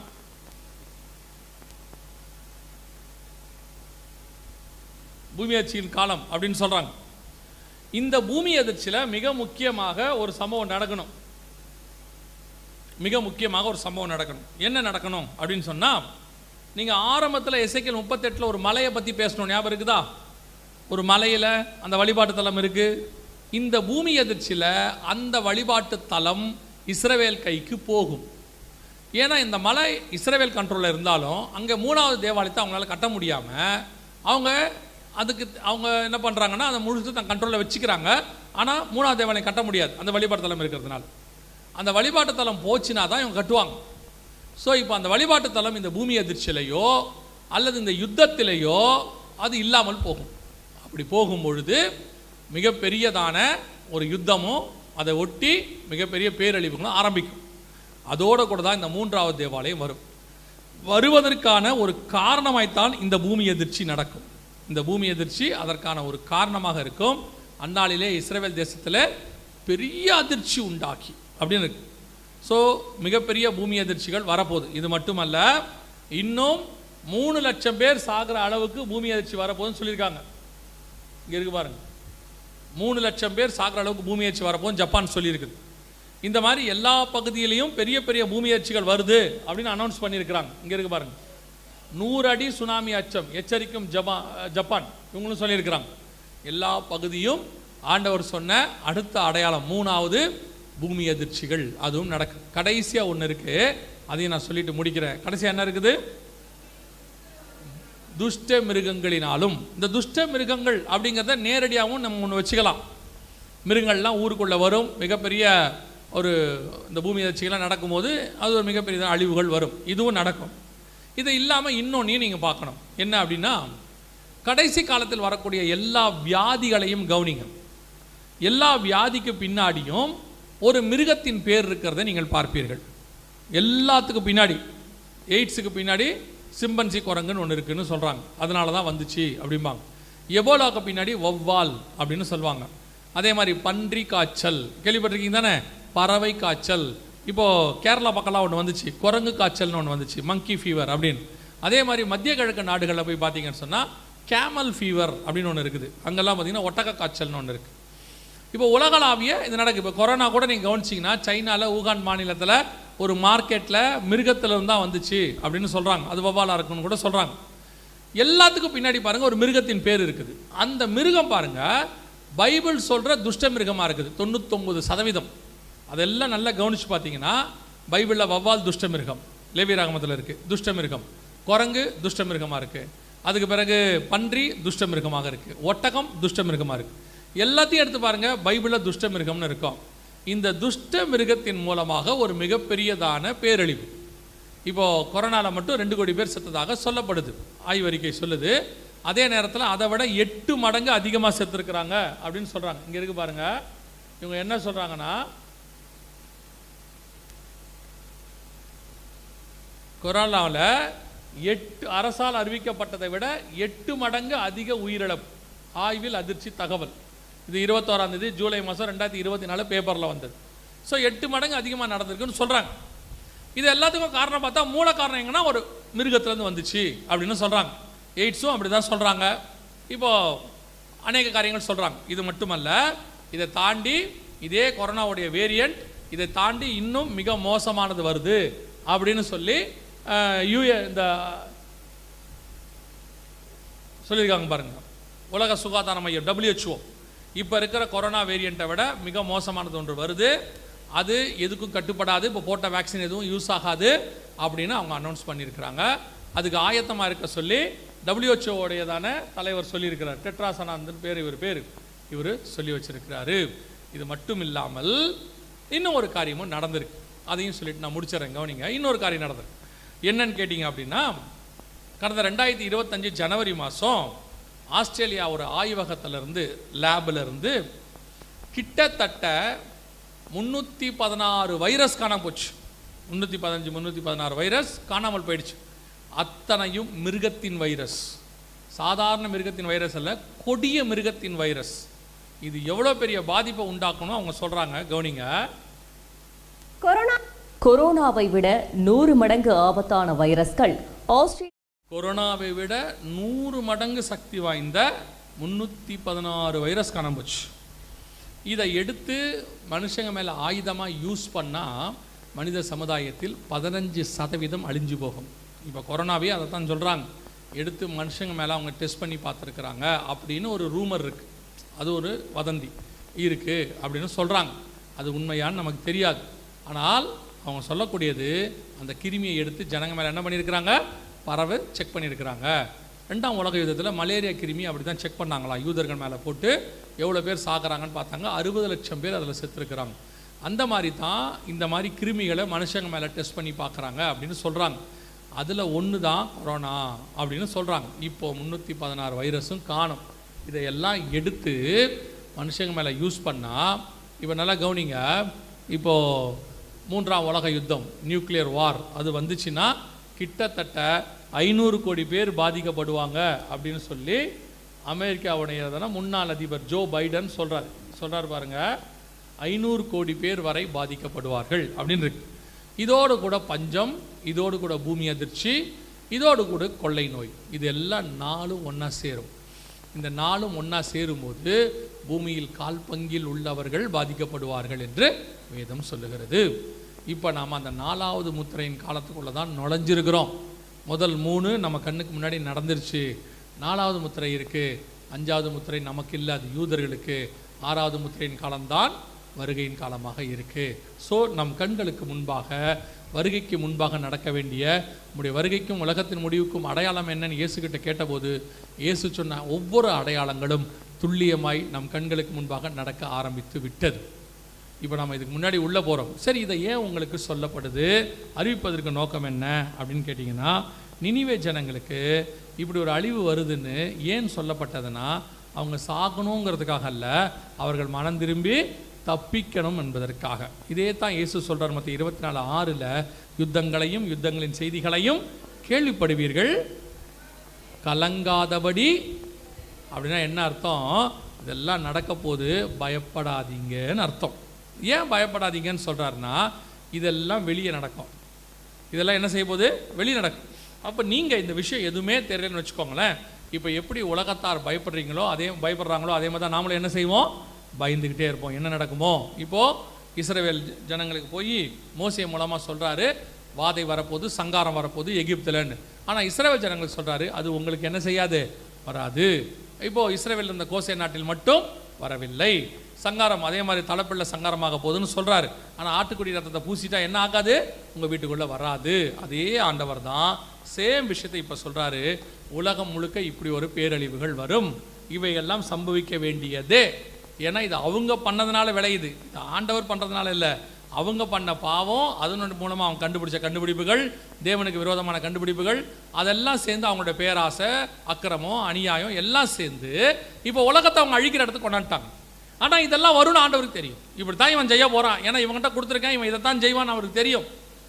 நம்ம ஆண்டவர் எப்போவுமே ஒரு விஷயத்தை எச்சரிக்கையாக சொல்கிறாருன்னா ஏதோ சும்மா சொல்ல மாட்டார். பின்னாடி அது நடக்கிறதுக்கு வாய்ப்பு இருக்குது, கேர்ஃபுல்லாக இருந்துங்கன்னு சொல்லுவார். இஸ்ரவேல் ஜனங்கிட்ட தேசத்தை கொடுக்கும்போதே உபாகமத்தில் சொல்லுவார், நான் சொன்ன கற்பனைகளை விட்டுட்டு நீ அந்நிய தேவர்களை சேவித்து நீ விக்கிரக வழிபாட்டுக்குள்ளே போய் சோரம் போனினா உன் தேசம் அவங்கள தேசத்தை விட்டு நீ விரட்டப்படுவாய், உன் தேசம் இன்னொருத்தர் வசமாகும் பார். அதே மாதிரி நடந்துச்சு பாருங்க. அதே மாதிரி தான் சாலமோனையும் சொல்லுவார். நீ சாலமோனை ராஜாவாக்கும் போதே சொல்லுவார், நீ உன் தகப்பன் எனக்கு எப்படி நடந்தாலும் அப்படி நடந்த இல்லாமல் நீ அந்நியர்களை உள்ளே கொண்டு விட்டினா உன் தேசத்தை நான் உங்ககிட்ட எடுத்துருவேன் பார். அதே மாதிரி நடந்துச்சு. அதே தேவன் தான் இப்பவும் சொல்கிறாரு, உலகத்தில் இதெல்லாம் சம்பவிக்கும், ஆனால் நீங்கள் பயப்படாதீங்க, இது எதுவும் உங்களுக்கு சம்பவிக்கும்னு சொல்லலை, இவைகளுக்கு நடுவில் உங்களையும் என்னையும் கர்த்தர் பத்திரமாய் பாதுகாக்க போகிறார். வாதை உன் கூடாரத்தை அணுகாது, பொல்லாப்பு நேரிடாது என்று வசனம் சொல்லுது. அதுதான் இப்போ கர்த்தர் நமக்கு சொல்லக்கூடியதாக இருக்கு. ஸோ இதெல்லாம் நம்ம கண்ணுக்கு முன்னாடி நடக்க ஆரம்பிச்சாச்சு. ஆண்டவர் சொன்ன ஒவ்வொரு காரியமும் அப்படியே நடக்குது. இனி இதில் சொல்லப்பட்ட அடுத்த காரியங்களும் துல்லியமாய் நடக்கும், ஒன்று விடாமல் நடக்கும். சரி, இதெல்லாம் அடையாளம் நடக்குது. இதுக்கு நடுவில் நான் என்ன செய்யணும் அப்படின்னா, நீங்கள் நானே இதை எதுவுமே செய்ய முடியாது, ஒன்றும் மாற்ற முடியாது. ஒன்று தான் செய்ய போகிறோம். என்ன தெரியுமா? மணவாளன் வருகிறார் என்கிற சத்தம் கேட்டது, அவர்கள் தங்கள் தீவெட்டிகளை ஆயத்தம் பண்ணினார்கள். இதெல்லாம் கேட்கும் போது நீங்கள் ஒன்று செய்யணும், ஆயத்தப்படணும். அவ்வளோதான். இந்த கிறிஸ்துவை சந்திப்பதற்கு இவைகளுக்கு நடுவில் அவர் என்னை பாதுகாப்பார், வருகை வரணுமானால் நான் அவரோடு கூட பறந்து மறுரூமாகி போகணும். அது வரைக்கும் கர்த்தர் என்ன செய்ய போகிறார்? பாதுகாக்க போகிறார். இந்த விசுவாசத்தோடு கூட, இந்த எதிர்பார்ப்போடு, இந்த காத்திருப்போடு சபை இருக்கணும். சபை இனி வேற எதற்காகவும் அல்ல, சபை வேற எதுக்காகவும் இல்லை, மணவாளனை சந்திப்பதுக்கு தான் சர்ச். நிறைய பேருக்கு சர்ச்சை பற்றின பெரிய கனவு இருக்குது, ஊழியத்தை பற்றின பெரிய கனவு இருக்குது. அவங்க செய்யாததை நான் செய்யணும், அவங்க சாதிக்காததை நான் சாதிக்கணும், அவங்க கட்டாததை நான் கட்டணும், அவங்க வாங்காததை நான் வாங்கணும், அப்படி ஆக்கணும், இப்படி ஆக்கணும். நீங்கள் ஒன்றுத்தையும் யோசிக்காதீங்க, எதையுமே யோசிக்காதீங்க. ஒன்று மட்டும் யோசிங்க, அவர் வரும்போது நான் எப்படியாவது போயிடணும். அப்படி வருக தாமதிச்சு நீங்கள் இருக்கிறீங்கன்னா, உங்களை கொண்டு என்ன செய்ய வேண்டும் என்று அவர் சித்தமாக இருக்கிறாரோ அதை அவர் செஞ்சுட்டு போகிறார். அவர் கண்டிப்பாக உங்களை கொண்டு செய்ய வேண்டியது என்ன பண்ணுவார்? செய்வார். நீங்கள் எதுக்கு எல்லாத்துக்கும் மண்டையில் போட்டு எடுக்கிறீங்க? அதனால் என்ன ஆகுது தெரியுமா? உங்களுக்கு ஒரு தரிசனம் நீங்களாக உருவாக்கிக்கிட்டீங்க, அதனால் நீங்கள் ஆயத்தப்படுறதில்ல. நீங்களே எப்படி ஆயிட்டீங்க? அதனால் ஆண்டவர் போக மாட்டார். நான் அதை செய்யணும், நான் அதை பண்ணணும். அதுக்கப்புறம் ஒரு படி மேலே போய் என்ன சொல்லிடுறாங்க? நான் செஞ்சு முடிக்கிற வரைக்கும் ஆண்டவர் வர மாட்டார். அவர் எப்போ வருவார்னு அவருக்கே தெரியாதுன்னு பைபிள் சொல்லுது. அப்படி இருக்கும்போது இவங்க என்ன சொல்கிறாங்க? அது முடிகிற வரைக்கும் எனக்கு ஒரு தரிசனம் இருக்குது, ஆண்டவர் எனக்கு ஒரு இடத்த காட்டியிருக்கிறாரு, அதை வாங்குற வரைக்கும் ஆண்டவர் வர மாட்டார். அது யார் சொன்னது? அப்படி யார் சொன்னது? இன்னைக்கு கடைசி காலத்தில் உங்களுக்கு எனக்கு இருக்கிற ஒரே ஒரு வேலை அவருடைய வருகைக்கு ஆயத்தம் பண்ணுவது. நீங்கள் பாட்டு சபை அதுக்கு ஆயத்தம் பண்ணிக்கிட்டே இருங்க. வருகை தாமதிச்சா உங்களை கொண்டு என்ன பூமியில் செய்யணும்னு வச்சிருக்கிறாரோ அதை அவர் செஞ்சுக்கிட்டே போவார். அவர் சர்வ வல்லமை உள்ள தேவன். அவருக்கு தெரியும் ஃபியூச்சர் என்னன்னு, உள்ளங்கையில் வரைஞ்சி வச்சிருக்கிறார். உங்கள் வேலை ஏன் வேலை? அது மட்டும் ஆயத்தப்படுவது மட்டும். உங்கள் வேலை ஏன் வேலை? ஃபியூச்சரை டிசைன் பண்ணுறது கிடையாது. உட்காந்துட்டு கொஞ்சம் படிச்சுட்டா, ஒரு டிகிரி முடிச்சுட்டா, 2 டிகிரி முடிச்சுட்டா, தலைக்கு மேலே 2 கொம்பு, அது என்னமோ எல்லாமே கரைச்சி குடித்தா மாதிரி. ஒருவேளை உங்களுடைய அப்பாவோ உங்களுடைய அம்மாவோ படிப்பில் குறைவாக இருப்பாங்க, ஆவியில் ஸ்ட்ராங்காக இருப்பாங்க. உங்களுக்கு படிப்பு வந்திருக்கும், ஆனால் என்ன வராது? ஆவி நடத்துதல் இருக்காது. உடனே நீங்கள் வாயை மூடுங்க, உங்களுக்கு ஒன்றும் தெரியாது. நீங்கள் சும்மா இருங்க, உங்களுக்கு ஒன்றும் தெரியாது. ஆமாம், ஒன்றும் தெரியாது. ஆனால் தேவன் யார் என்று அவர்களுக்கு தெரியும். தேவன் நடத்துதல் என்னன்னு தெரியும். உலக ஞானத்தை வச்சுக்கிட்டு ஆவியின் ஞானத்தை கணக்கிடக்கூடாது. இந்த உலக ஞானம் படிப்பு எல்லாம் ஒரு நாள் குப்பையாய் மாறும், எல்லாம் ஒரு நாள் தூசா மாறிடும். ஒரு 20 வருஷத்துக்கு முன்னாடி படித்த படிப்புக்கு இப்போ வேல்யூ கிடையாது. இப்போ வேல்யூ கிடையாது. ஒரு காலத்தில் ஃபுல்லாக சிவில் இன்ஜினியரிங், மெக்கானிக்கல் இன்ஜினியரிங் அப்படி இப்படின்னாங்க. இன்றைக்கி ஐடின்னு ஒன்று வந்திருக்கு. ஐடி போய் இப்போ ஏஐன்னு ஒன்று வந்திருக்கு. ஏஐ முடிஞ்சு ஏஜிஐன்னு ஒன்று வந்திருக்கு. அடுத்தடுத்து போவோம். இன்றைக்கி நீ எதை பிரதானமாக நினைக்கிறீங்களோ நாளைக்கு அது ஒன்றும் இல்லாமல் போகும். ஆனால் நீங்கள் இன்னைக்கு கர்த்தரோடு கூட எப்படி இருக்கிறீர்களோ அது முடிவு பரியந்தம் உங்களுக்கு ஆசீர்வாதமாக இருக்கும். அல்லேலூயா. உங்கள் வேலை, என் வேலை வருகைக்கு ஆயத்தப்படுவது, ஒவ்வொரு நாளும் காத்திருக்க வேண்டியது. எப்போ வருவீர் இயேசுவே என்று நாம் காத்திருக்கணும். அதான் ஆண்டவர் எதிர்பார்க்கறது. இந்த வருகையில் நான் போகணும் அப்படின்னா முதலாவதாக இயேசுவின் ரத்தத்தினாலே பாவம் மன்னிக்கப்பட ஒப்பு கொடுங்க, ரட்சிக்கப்பட ஒப்பு கொடுங்க. சிலர்லாம் ரட்சிக்கப்பட்டீங்களானே தெரியாத நான் சர்ச்சிலே இருப்பான். கேட்டால் சொல்லுவான் 4 தலைமுறையாக சர்ச்சில் இருக்கும், 5 தலைமுறை. நீ எத்தனை தலைமுறையாக சர்ச்சில் இருக்குன்றது முக்கியம் இல்லை, ரட்சிக்கப்பட்டிருக்கீங்களான்றது தான் முக்கியம். சில நேரத்தில் பூனை பாருங்கள், 2 குட்டியை போட்டு அது அந்த குட்டி பார்த்தீங்கன்னா சர்ச்சிலே வளரும் அந்த பூனை குட்டி. அதுக்கு ஒன்றும் சர்ச்சை பற்றின மேன்மேனா என்ன செய்யாது, தெரியாது. அது ஆராதனையில் குறுக்கு நடுக்கு ஓடிக்கிட்டு இருக்கோம். அதுக்கு பேர் கோயில் பூனை. இப்படி ஓடிக்கிட்டே இருக்கும். சர்ச்சிலே பிறந்ததுனால பூனை பரிசுத்தமாயிருமா? அதே மாதிரி தான் சர்ச்சிலே நீங்கள் பிறந்தீங்கன்றதுனால நீங்கள் பரிசுத்தவான்னு அர்த்தம் கிடையாது. நீங்கள் உங்கள் பாவம் மன்னிக்கப்பட்ட நிச்சயம் உங்களுக்கு இருக்கான்னு பாருங்கள். அதான் வேதம் சொல்லுது. பாவம் மன்னிக்கப்பட்டுச்சுன்னா உங்களுக்குள்ள ஒரு சந்தோஷம் வரும். அதுக்கு பேர் என்னது? ரட்சண்ய சந்தோஷம். 51ஆம் சங்கீதம் சொல்லுது. இது இருக்கா? 2வது, பிதா குமாரன் பரிசுத்தாவி நாமத்தினாலே தண்ணீரில் மூழ்கி ஞானஸ்தானம் எடுத்துருக்கணும். பரிசுத்தன் அபிஷேகத்தை பெற்று ஞானஸ்தானத்தை எடுத்துருக்கணும். ஞானஸ்தானம் எடுக்காமல் வருகையில் போகவே முடியாது. ஒருவன் ஜலத்தினாலும் ஆவியினாலும் பெறவாவிடில் பரலோக ராஜ்யத்தில் பிரவேசிக்க முடியாது. அதுவும் எந்த ஞானஸ்தானம் எடுக்கணும்? பிதா குமாரன் பரிசுத்தாவி நாமத்தினாலே தண்ணீரில் மூழ்கி எடுக்கணும். குழந்தையில் எடுத்தேன், சின்ன வயசில் எடுத்தேன், கொடிக்கு கீழே எடுத்தேன், எந்த ஞானஸ்தானம் பைபிள் சொல்லவே இல்லை. ஒரே ஒரு ஞானஸ்தானம் தான் இருக்குது. அந்த ஒரு ஞானஸ்தானம் தான் அது தண்ணியில் மூழ்கி எடுக்கிற ஞானஸ்தானம். எடுத்திருக்கிறீங்களா? ஆராய்ந்து பாருங்க. 3வது, எபேசியர் 4:30 சொல்லுது, மீட்கப்படும் நாளுக்கென்று முத்திரையான பரிசுத்த ஆவி. பரிசுத்த அபிஷேகத்தை கண்டிப்பாக பெற்றிருக்கணும். சிலர்லாம் சொல்லுவாங்க, ரட்சிக்கப்பட்ட உடனே ஆவியானவர் உங்களுக்குள்ள தாங்க இருக்கிறாரு, அபிஷேகம்னு ஒன்று தனியாக வேணாம்பாங்க. இயேசுநாதர் கூட 3.5 வருஷமாக இருந்தாங்க சீஷர்கள். என்ன இல்லை? பரிசுத்த அபிஷேகம் இல்லை. ஆண்டவர் சொல்கிறாரு, பரிசுத்தாவி உங்களிடத்தில் வருகிற வரைக்கும் எங்கே போய் காத்திருங்கள்? எருசலேமிலே காத்திருங்கள். இயேசு கிறிஸ்துக்கு அப்புறம் கூட சீஷர்கள் காலத்தில் கூட சீஷர்கள் ஞானஸ்தானம் எடுத்துட்டாங்க, அபிஷேகம் பெறலை.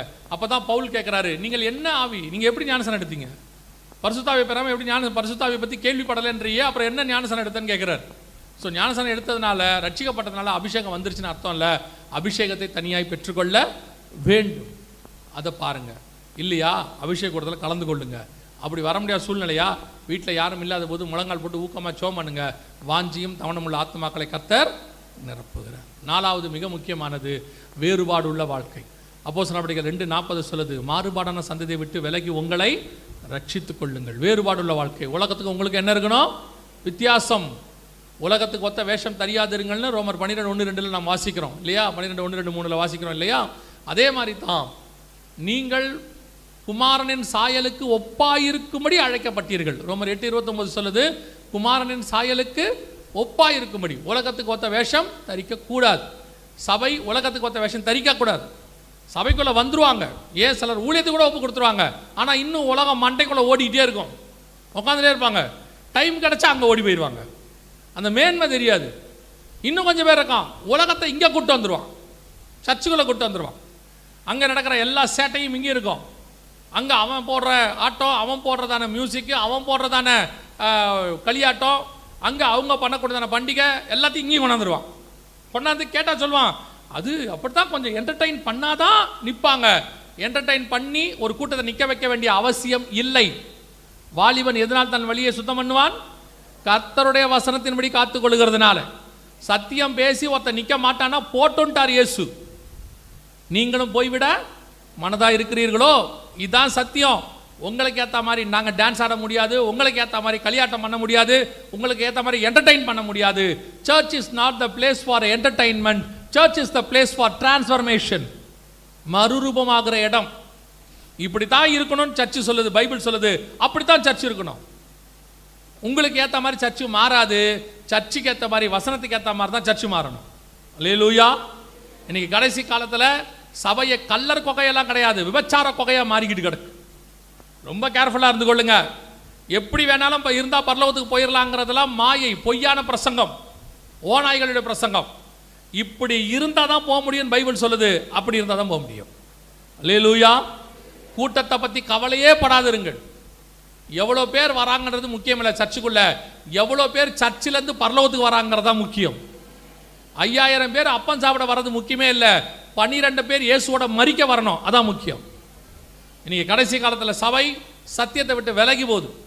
உலகத்துக்கு ஒத்த வேஷம். 5வது, சுவிசேஷம் அறிவித்தல் உங்கள் மேல் விழுந்த கடமை. நீங்கள் ஒவ்வொருத்தரும் சுவிசேஷம் அறிவிக்கணும், அது உங்கள் மேல் விழுந்த கடமை. சொல்லாவிட்டால் உங்களுக்கு ஐயோ. ஏன் அப்படின்னு கேட்டிங்கன்னா, நீங்கள் பரலோகத்துக்கு போகும்போது இந்த பூமியிலேருந்து எதையும் கொண்டு போக மாட்டீங்க, அது உங்களுக்கு நல்லா தெரியும். மரணம் முந்தினாலும் கொண்டு போக மாட்டீங்க, வருகை முந்தினாலும் கொண்டு போக மாட்டீங்க. ஆனால் ஒன்று நீங்கள் கொண்டு போகலாம். என்ன தெரியுமா? நீங்கள் சம்பாதித்த ஆத்மாவை கொண்டு போகலாம். எவ்வளோ ஆத்மா சம்பாதிக்கிறீங்களோ அவ்வளோ நல்லது. ஒவ்வொரு நாளும் ஒவ்வொருத்தருக்கும் என்ன பண்ணுங்க? சுவிசேஷம் சொல்லுங்க, சுவிசேஷம் சொல்லுங்க. அப்போது ஒவ்வொரு நாளும் ஒருத்தருக்காவது இயேசுவை பற்றி சொல்லணும். ஸோ இப்போ நாங்கள் என்ன பண்ணியிருக்கோம் அப்படின்னு கேட்டிங்கன்னா, ஒரு சின்ன, இப்போ நிறைய பேர் என்ன சொல்கிறாங்கன்னா, இந்த மாதிரி காரியங்கள்லாம் சொல்கிறதுக்கு எங்களுக்கு கொஞ்சம் கஷ்டமாக இருக்குது, எங்களுக்கு விவரிக்க முடியல, எங்களுக்கு அது ஒரு ட்ராக்டாக இருந்தால் நல்லாயிருக்கும், ஈஸியாக நாங்கள் போய் சொல்லிடுவோம் அப்படின்னா. ஸோ அதனால் என்ன பண்ணியிருக்கோம், இந்த காரியங்களை எல்லாம் ஒரு ட்ராக்ஸாக போட்டிருக்கிறோம். இங்கே இருக்குது, இந்த ட்ராக்ட் இருக்குது, பின்னாடி உங்கள் சர்ச் அட்ரஸ் போடுறதுக்கு இடம் இருக்குது. ஸோ இந்த ட்ராக்ட் ஃப்ரீ தான், வெளியே இருக்கும். ஒரு ஆளுக்கு 5 மட்டும் தான் தருவாங்க, நிறையெல்லாம் தரமாட்டாங்க. ஒரு ஆளுக்கு 5 தான் தருவாங்க, வெளியே இருக்கும், ஃப்ரீயாக இருக்கும், நீங்கள் வாங்கிக்கலாம். அந்த 5 வாங்கிட்டு போய் என்ன பண்ணணும்னு கேட்டிங்கன்னா, முதல்ல நீங்கள் ஆண்டவரை அறியாத 5 பேர், உங்கள் சொந்தக்காரங்க, நண்பர்கள், கூட வேலை பார்க்குறவங்க, படிக்கிறவங்க, யாராக இருந்தாலும் ஒரு 5 பேருடைய பேரை எழுதி வச்சு ஜோம் பண்ணணும்.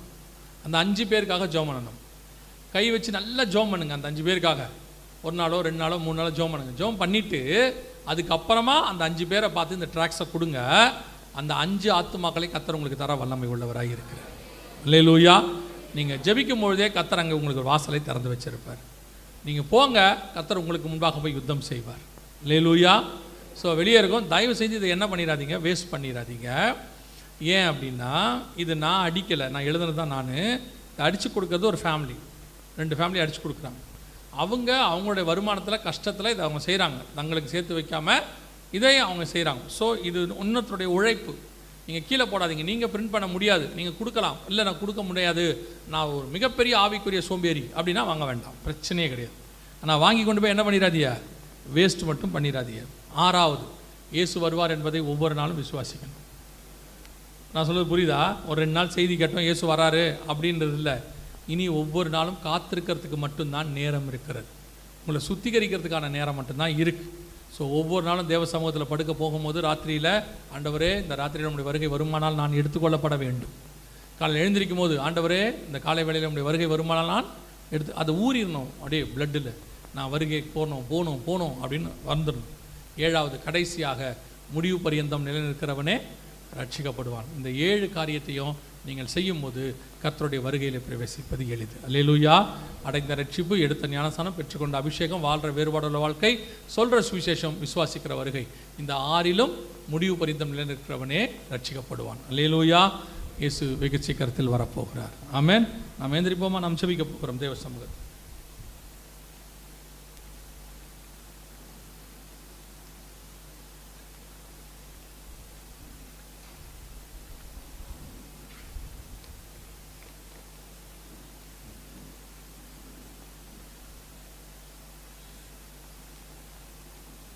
எல்லாம் கண்களை மூடுவோம்.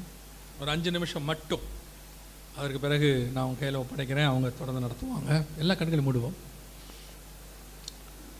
நம்மை நாமே நிதானித்து அறிந்தோமானால் நாம் நியாயம் தீர்க்கப்படும். 1 கொரிந்தியர் 11:31 சொல்லுது. உங்களை ஆராய்ந்து பாருங்களேன். இந்த இயேசுவை சந்திக்கிற இடத்துல நீங்கள் இருக்கிறீங்களான்னு பாருங்களேன். கிறிஸ்துவின் வருகை இன்னைக்கு சம்பவிக்குமானால் எதிர்கொண்டு போவதற்கு நாம் தயாராக இருக்கிறோமா? அநேக பரிசுத்தவான்கள் உயிரோடு கூட எழும்ப, அநேக பரிசுத்தவான்கள் உயிரோடு இருக்கிறவர்கள் மறுரூபமாக, உலகமெங்கிலும் இருந்து திருச்சபைகளிலிருந்து லட்சக்கணக்கான கோடிக்கணக்கானவர்கள் மறுரூபமாகி மத்திய ஆகாயத்திலே பரிசுத்த தேவனை சந்திக்க புறப்பட்டு வரும்போது அந்த மகா பெரிய சேனையிலே நீங்களும் நானும் இருப்போமா? இதான் கேள்வி. உங்களை ஆராய்ந்து பாருங்க, உங்களை ஆராய்ந்து பாருங்க. மற்றவங்களை பற்றிலாம் அப்புறம் யோசிக்கலாம். முதல்ல நானும் என் வீட்டார். நோவா தன் குடும்பத்தை ரட்சிக்கும்படி ஒரு பிழையை உண்டு பண்ணினான். உங்களை ஆராய்ந்து பாருங்க, நீங்க போவீங்களா? அப்படி ஒருவேளை உங்களுக்குள்ளேயே ஆவியானவர் உணர்த்துவாரானால், இல்லை இன்னும் என்னென்ன காரியங்கள் இருக்குன்னு பானா, அதை இப்பொழுது நாம் தேவ சமூகத்திலே அறிக்கை செய்து விட்டுவிட போகிறோம். நம்ம திருச்சபையை பொறுத்த வரைக்கும் 100% வருகையில் போகிற திருச்சபையாக இருக்கணும்.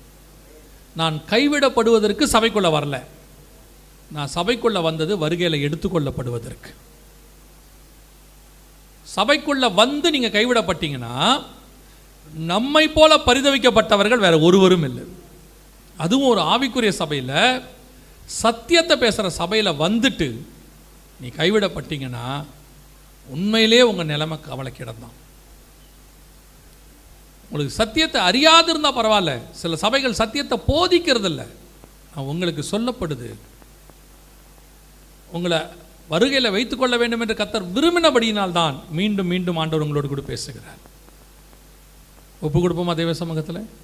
ஆராய்ந்து பாருங்க, நீங்கள் இந்த வருகையில் போவீங்களான்னு பாருங்க. தேவ சமூகத்தில் சந்திக்கிற இடத்துல நம்ம இருப்போமான்னு பாருங்க. எல்லாம் ஒரே ஒரு நிமிஷம் கண்களை மூடி அவர் சந்திக்கிற இடத்துல நாம் இருக்கிறோமான்னு பாருங்க.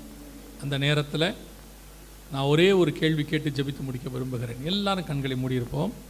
நான் ஒரே ஒரு கேள்வி கேட்டு ஜெபித்து முடிக்க விரும்புகிறேன். நான் இன்னும் தண்ணியில் மூழ்கி ஞானஸ்நானம் எடுக்கவில்லை. இதனால் வரைக்கும் தள்ளி போட்டுட்டேன், அல்லது தெரியாது, இன்னைக்கு கர்த்தர் உணர்த்தி இருக்கிறாரு, நான் குழந்தையில தான் எடுத்தேன், நான் இப்போ தண்ணியில் மூழ்கி ஞானஸ்நானம் எடுக்க என்னை ஒப்பு கொடுக்குறேன் அப்படிங்கிறவங்க மட்டும் உங்கள் வலது கரத்தை உயர்த்துங்க. நான் உங்களுக்கு ஜெபிக்க போகிறேன். தண்ணியில் மூழ்கி ஞானஸ்நானம் எடுக்க ஒப்பு கொடுக்குறவங்க உங்கள் வலது கரத்தை உயர்த்துங்க. மற்றவங்க யாரும் கையை தூக்காதீங்க. ஞானஸ்நானத்துக்கு ஒப்பு கொடுக்குறவங்க மட்டும் இருந்தீங்கன்னா உங்கள் வலது கரத்தை உயர்த்துங்க. நான் உங்களுக்கு ஜெபிக்க போகிறேன். யாராவது இருக்கிறீங்களா? சரி, நாம் ஜெபிக்க போகிறோம் இப்பொழுது. சரியா? கண்களை மூடுவோம். கர்த்தர் என்னோடு கூட இந்த 2 நாளும் இடைப்பட்டு இருக்கிறார். அவர் வரும்பொழுது அவரை சந்திக்கிற கூட்டத்தில் நான் இருக்க வேண்டும். நான் மட்டுமில்லை, என் குடும்பமும் இருக்க வேண்டும். என் குடும்பம் மட்டுமல்ல, ஒரு கூட்டத்தையும் நான் ஆதாயம் பண்ணி கொண்டு போக வேண்டும். வேதம் சொல்லுது, என்னை இழுத்து கொள்ளும், ஓடி வந்திடுவோம் என்று வேதம் சொல்லுது. ஒரு சமாரிய ஸ்திரியை ஆண்டவர் அழைத்தார். ஒரு கிராமம் பின்னால் வந்தது. உங்களுக்கு பின்னாடி ஒரு கூட்டம் பரலோகத்துக்குள்ளே நுழையணும். நீங்கள் நுழையும் போது தனியாக அல்ல, ஒரு கூட்டத்தோடு நுழையணும். அப்படி ஆண்டவருக்காக ஒப்பு கொடுக்கிறவர் உங்களுக்கு கரங்களை தேவனுக்கு நேராக உயர்த்தி, ஆண்டவரை நீர் வரும்பொழுது உம்மை சந்திக்கிற கூட்டத்தில் நானும் ஒரு கூட்டமும் என் வீட்டாரும் வர வேண்டுமா? ஒப்பு கொடுப்போமா தேவ சமூகத்தில்? 1 தாளந்தோ 2 தாளந்தோ 5 தாளந்தோ உபயோகிப்போ, சிறிதானதோ பெரிதானதோ பெற்ற பணிகள் செய்து முடிப்போம். அழகாய் நிற்கும் யார் இவர்கள், திரளாய் நிற்கும் யார் இவர்கள், சேனை தலைவராம் இயேசுவின் போர்க்களத்தில் அழகாய் நிற்கும் யார் இவர்கள், சேனை தலைவராம் இயேசுவின் போர்க்களத்தில் அழகாய் நிற்கும் யார் இவர்கள், அழகாய் நிற்கும் யார் இவர்கள். ஒப்பு கொடுப்போம் தேவ சமூகத்தில். ஆண்டவர் நோக்கி நாம் எல்லாரும் ஒருமனப்பட்டு ஜெபிக்க போகிறோம்.